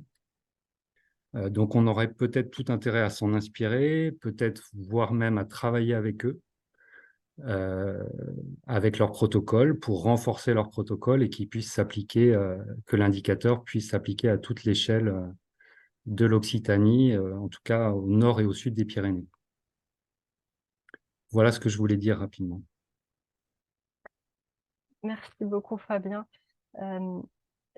Les suivis papillons, chiro, c'est effectivement quelque chose qu'on pourrait développer à l'ORB et c'est dans la tête, effectivement, de pouvoir avancer là-dessus. Mais je note bien cette volonté de pouvoir justement associer la Catalogne et puis voir, voilà, s'inspirer de leurs travaux pour avancer sur la question. Antoine, vous voulez réagir? Vous m'entendez? C'est bon, je pense. Oui, merci pour toutes les présentations qui ont été faites depuis le début de la matinée, pour les échanges qui sont riches là autour de ces présentations. Donc moi, je suis à Patrinat, à l'OFB, et je m'occupe de la mise en place du Programme national de surveillance de la biodiversité terrestre. Donc, je ne parle pas d'aquatique ici, je parle vraiment de terrestre et de niveau national. Mais évidemment, c'est important d'avoir en tête aussi dans vos réflexions régionales ce qui se passe, ce qui peut se passer à d'autres échelles. Et j'ai vu passer aussi dans le chat tout à l'heure qu'il y avait une question sur l'articulation des échelles nationales et européennes. Et donc, je voulais juste réagir sur deux, trois petites choses là qui ont été dites, ça me semble important, puisque ça a été également cité en introduction, et puis c'était un des critères qu'a utilisé Alice pour la sélection, qui a été dévoilé ici. C'est donc ce programme de surveillance et notamment ce qu'ils ont appelé là, ce qui a été appelé le socle requis. Il faut savoir que nous, au niveau national, dans la réflexion qu'on a conduit ces derniers mois et qui va se traduire par la publication donc, de ce fameux document un peu cadrant en fin d'année, on a mis en avant un certain nombre d'enjeux à notre échelle nationale, mais qui peuvent être inspirants à d'autres échelles. Et donc, avec des enjeux à la fois réglementaires, hein, donc nous, on a des besoins, puisque ça a été dit aussi, hein, il faut partir des questions, des besoins, etc., pour réfléchir aux dispositifs à mettre en avant. Donc, on est parti de ces besoins et au niveau national, nous, on a des besoins en termes de rapportage au niveau européen. Donc, vous les connaissez, hein, ce sont les directives Habitat, Faune, Flore, Oiseaux. Il y a également dans le paysage européen le futur règlement sur la restauration de la nature qui va imposer aussi des suivis, des indicateurs, etc. Donc, ça a été un des premiers éléments de notre cadre de réflexion de travail, faire en sorte que les dispositifs de surveillance qu'on doit mettre en place ou qu'on doit pérenniser quand ils existent, puissent permettre de répondre dans l'avenir à ces enjeux existants ou futurs. Et on y a ajouté une réflexion sur des enjeux plus nationaux qui n'étaient pas forcément portés au niveau européen, mais qui nous semblaient importants au niveau national. Je ne vais pas vous faire les listes ici, mais on retrouve un certain nombre d'enjeux pour lesquels il peut y avoir des déclinaisons dans les territoires. Je pense notamment au PNA. Donc, les suivis qui sont faits dans le cadre de PNA ont été remontés comme des enjeux importants de surveillance au niveau national. Donc, forcément, il y a des déclinaisons des PNA dans les territoires. On les connaît bien. Il y a des choses autour des espèces endémiques. Voilà, je ne vais pas rentrer dans le détail de ces enjeux-là, mais en tout cas, sachez que ça peut être aussi un des éléments de cadre de réflexion parmi d'autres pour accompagner vos propres enjeux que vous avez à l'échelle, cette fois-ci plus spécifique de votre territoire. Et du coup, par rapport à ça, nous, les dispositifs qu'on a identifiés comme pouvant permettre d'assurer en partie ces différents enjeux de surveillance, les dispositifs de sciences participatives, ils ont été cités à plusieurs fois là ce matin, comme le STOC, le STERF, hein, pour les papillons, le STELI pour les libellules, les Vigikiro, il y a même Vigiflore. Nous, c'est des dispositifs sur lesquels on met en avant. On sait qu'aujourd'hui, il y a des lacunes, notamment de points, y compris au niveau national, c'est-à-dire la réponse qui a été faite pour les papillons à l'échelle Occitanie, on l'a également au niveau national. Aujourd'hui, on ne peut pas construire un indicateur papillon au niveau national pour l'ONB, hein, le pendant de l'ORB, ça serait l'ONB chez nous. Parce qu'on n'a pas assez de points. On le fait avec le stock. Au niveau national, on a assez de points sur le stock, mais au niveau papillon, on ne l'a pas. Donc nous, ce qu'on va dire dans le schéma directeur, c'est que globalement, ce type de dispositif doit être davantage déployé. Non seulement il faut les maintenir, mais là où il y a des lacunes, il faut les renforcer. Donc ça va dans le sens, hein, des interventions qu'il y a pu avoir dans les échanges ce matin. Donc ça veut dire qu'aujourd'hui, on n'est pas forcément prêt à faire un indicateur. Donc ça, c'est ce que disait l'ORB, si j'ai bien compris le propos, hein, de Violaine, c'est qu'aujourd'hui, c'est demain quels indicateurs on peut mettre en œuvre assez facilement, mais il y a dans la troisième partie de perspective de la discussion d'aujourd'hui, c'est mais après-demain, qu'est-ce qu'on fait, quoi? Et le après-demain, ça nécessite de réfléchir aux dispositifs à renforcer ou à créer.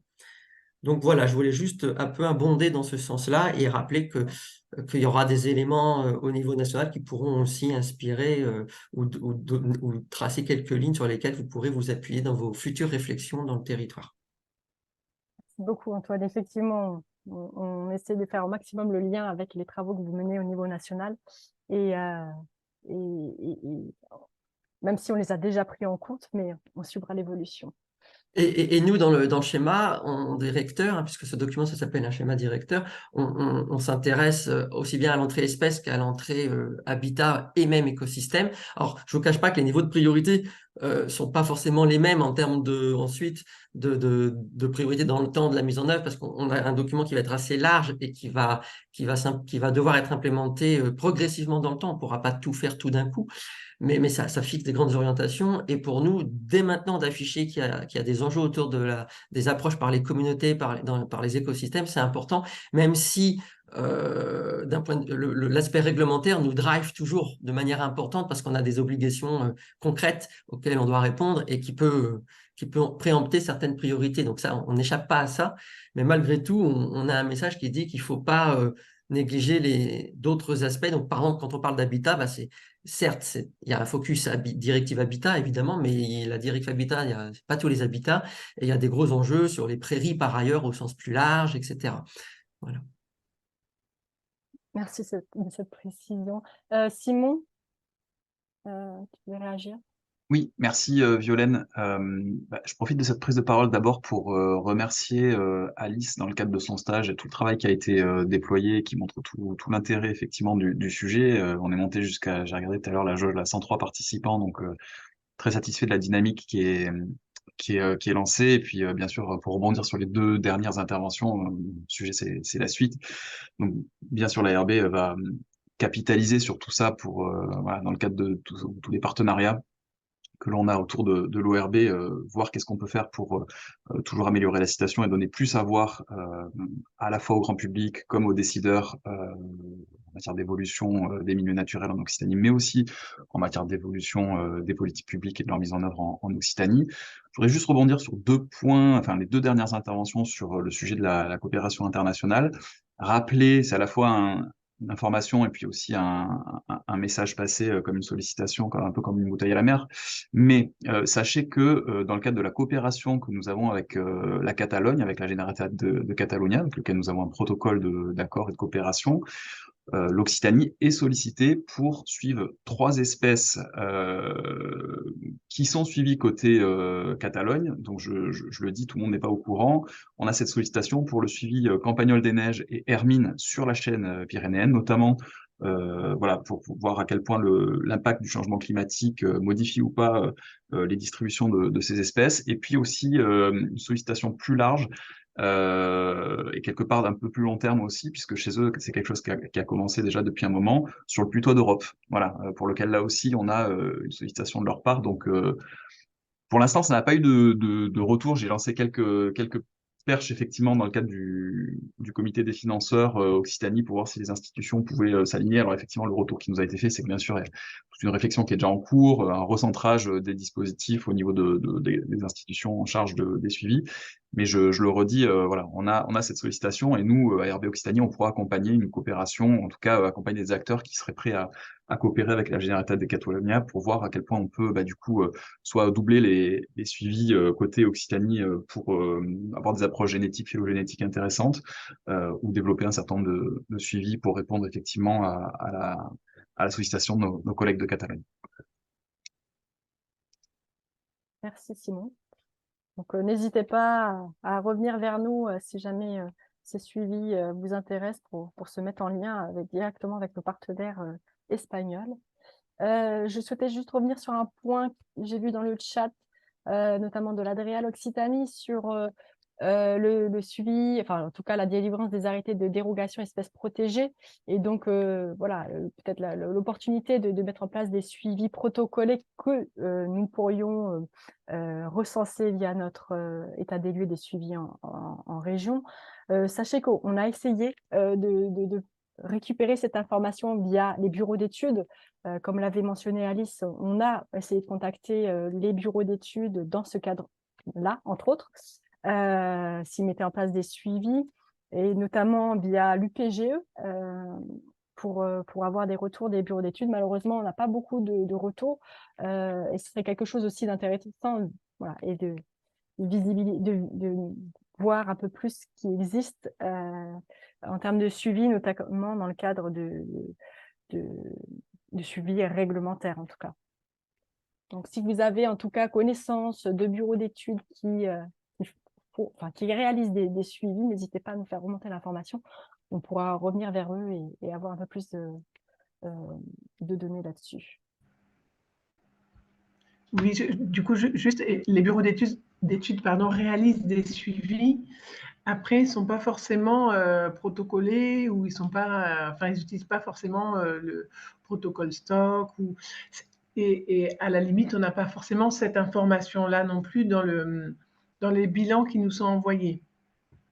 Donc peut-être que c'est quelque chose qui a affiné de notre côté déjà, dans un premier temps. Après, moi, je ne m'occupe plus trop de ce type de dossier, mais je peux en discuter avec mes collègues pour voir un petit peu comment ça se passe depuis quelques années. Je ne pense pas que nous, Andréal, on demande d'utiliser tel ou tel protocole précisément. Par contre, c'est peut-être quelque chose qu'il faudrait qu'on commence à réfléchir. Oui, tout à fait. Et puis, on se disait, c'est effectivement, on se rend compte que pour un suivi qui nous intéresse particulièrement, on note des lacunes dans certains secteurs de la région, de pouvoir en tout cas le faire remonter auprès des DREAL et des DT pour, dans le cadre d'aménagement, de projets d'aménagement, de pouvoir avoir des mesures d'accompagnement et donc de leur proposer de faire des suivis complémentaires pour compléter petit à petit notre maillage et avoir une visibilité un peu plus importante à l'échelle de la région et renforcer tout ça. Donc, ça pourrait être quelque chose qui pourrait être réfléchi pour articuler un petit peu les besoins et les suivis qui sont mis en place sur le terrain, en fait. Oui. Parfait. Merci à tous. Est-ce qu'il y a d'autres questions ou remarques? J'avais posé une autre question, j'en profite. Hein. Je me demandais du coup tous les protocoles restants qui ne seraient pas utilisés pour analyser l'évolution, les tendances évolutives des groupes d'espèces ou des espèces. On en fait quoi du coup?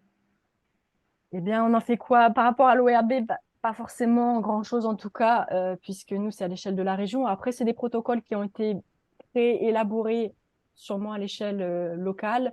Je pense notamment à des aires protégées qui ont souhaité développer des protocoles pour répondre à une question particulière liée à leur gestion ou à une espèce. Donc, j'imagine que c'est des protocoles qui vont leur servir. Mais nous, à l'échelle en tout cas de la région, on ne pourra pas en faire grand-chose, si ce n'est dire effectivement avoir des informations qu'on prendra plutôt de manière opportuniste, présence-absence. Mais on ne pourra pas avoir des indicateurs de tendance si les protocoles ne sont pas suffisants. Oui, c'est ce que je précisais effectivement, ils serviront au moins pour la présence-absence, mais ce n'est pas vraiment de la présence-absence, c'est un moment très précis dans l'année où on est là et on voit une espèce ou alors on ne la voit pas. Donc, ce n'est pas non plus une donnée miraculeuse. Voilà, mais je me posais la question parce que du coup, il y en a énormément. Enfin, là, vous en aviez identifié 115, quelque chose comme ça, 114, retenu 22. Voilà, il y en a beaucoup qui sont entre guillemets orphelins. Il y a beaucoup de travail qui sera effectué et qui servira pas à grand-chose. Et je pense à voix haute, hein, mais je me dis est-ce qu'il ne faudrait pas réfléchir un petit peu autour de ça? J'ai pas de réponse là, hein, mais ça me pose question. Oui, bien sûr. Alors, c'est pas vraiment orphelin, c'est vraiment dans le cadre de l'observatoire. Hein. Après, c'est suivi. Je suis sûre qu'ils vont servir. Et puis, voilà, sur les 29 qu'on a identifiés, il y en a sans doute beaucoup pour lesquels il n'y aura pas forcément des indicateurs de tendance élaborés par l'ORB, parce que ce n'est pas forcément voilà, un sujet prioritaire, qu'il y en a d'autres qui sont plus prioritaires. Et voilà. C'est aussi une question de manque de moyens de notre part, de pouvoir voilà, essayer d'aborder tous les champs. C'est énorme. Il faut faire des choix, hein. Voilà. Ça, j'ai bien compris, mais je pense qu'il faut peut-être quand même avoir une petite réflexion quand même autour de ça, même si elle n'est pas poussée. Tout à fait. Merci beaucoup. J'ai vu des mains levées, donc il y a M. Baudran qui avait levé la main. Oui, c'était juste pour réagir effectivement sur la précédente remarque. Les données locales, et vous avez très bien répondu, effectivement, elles servent à répondre à des questions locales, des gestionnaires, etc. Par contre, il ne faut pas oublier que toutes ces données, elles servent à alimenter des atlas de répartition. On n'en a pas parlé, je ne crois pas, en tout cas, on n'en a pas parlé là ce matin.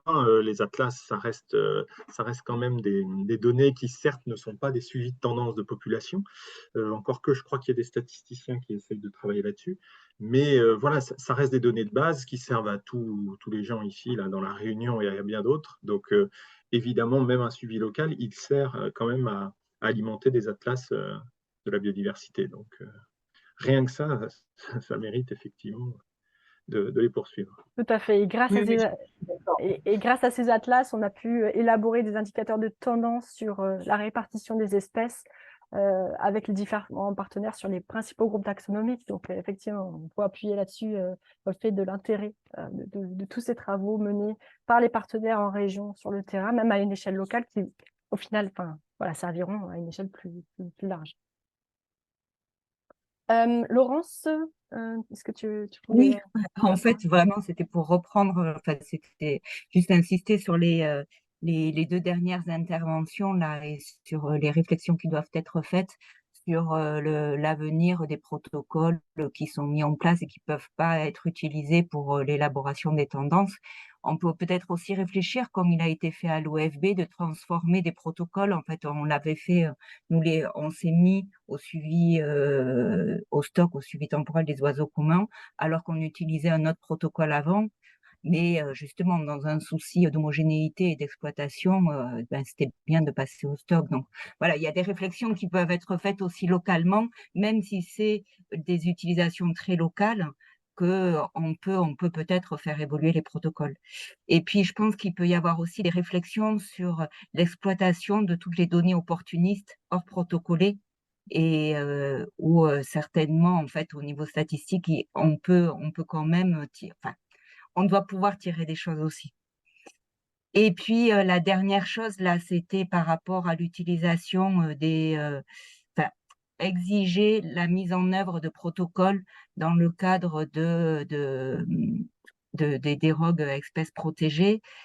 Faut avoir en tête que ces protocoles, c'est souvent des suivis long terme et ce qui n'est pas forcément compatible avec des études qui sont mises en place et pour lesquelles il faut une dérogue espèce protégée. Mais pareil, n'empêche des pistes de réflexion, des pistes de réflexion à appliquer après, dans l'avenir. Laurence, je parlais des suivis après, enfin des suivis de la mise en place des mesures, en fait. Tu sais, donc du coup, les mesures compensatoires, par exemple, elles sont sur 30 ans. Donc, ça Oui, fait c'est ça. Oui, oui. Donc, oui, effectivement. Mais après, tu sais que c'est un peu aussi de la théorie. Oui, oui, oui, tout à fait. Ce sont des Mais réflexions à avoir. n'empêche que demander la mise en place de ces protocoles, c'est tout à fait. Ça fait partie des pistes, effectivement, à mettre sur la table pour discuter. Claude? Oui, bon, beaucoup de choses ont été dites. Je suis d'accord sur les trois dernières interventions concernant les données d'Atlas un peu classiques qui peuvent aussi être transformées dans des données de tendance, mais vous y avez répondu. Et puis sur les approches statistiques concernant les données non protocolées. Mais je voulais insister sur le fait que il faudrait pas se retrouver à avoir un biais taxonomique que vous avez bien montré en lien avec les statuts de protection des espèces, hein, parce que c'est là où les moyens ont été mis. Et il ne faudrait pas que justement on fasse un biais identique en disant ah ben ça c'est des suivis qui ont été identifiés comme importants à l'échelle régionale, donc ça veut dire que il n'y a plus rien qui se fait en termes de moyens ou autres sur des suivis locaux, quoi. Voilà, et évitons de mettre un nouveau biais dans ce qui existe déjà à l'échelle taxonomique. C'est noté. Merci beaucoup pour cette recommandation.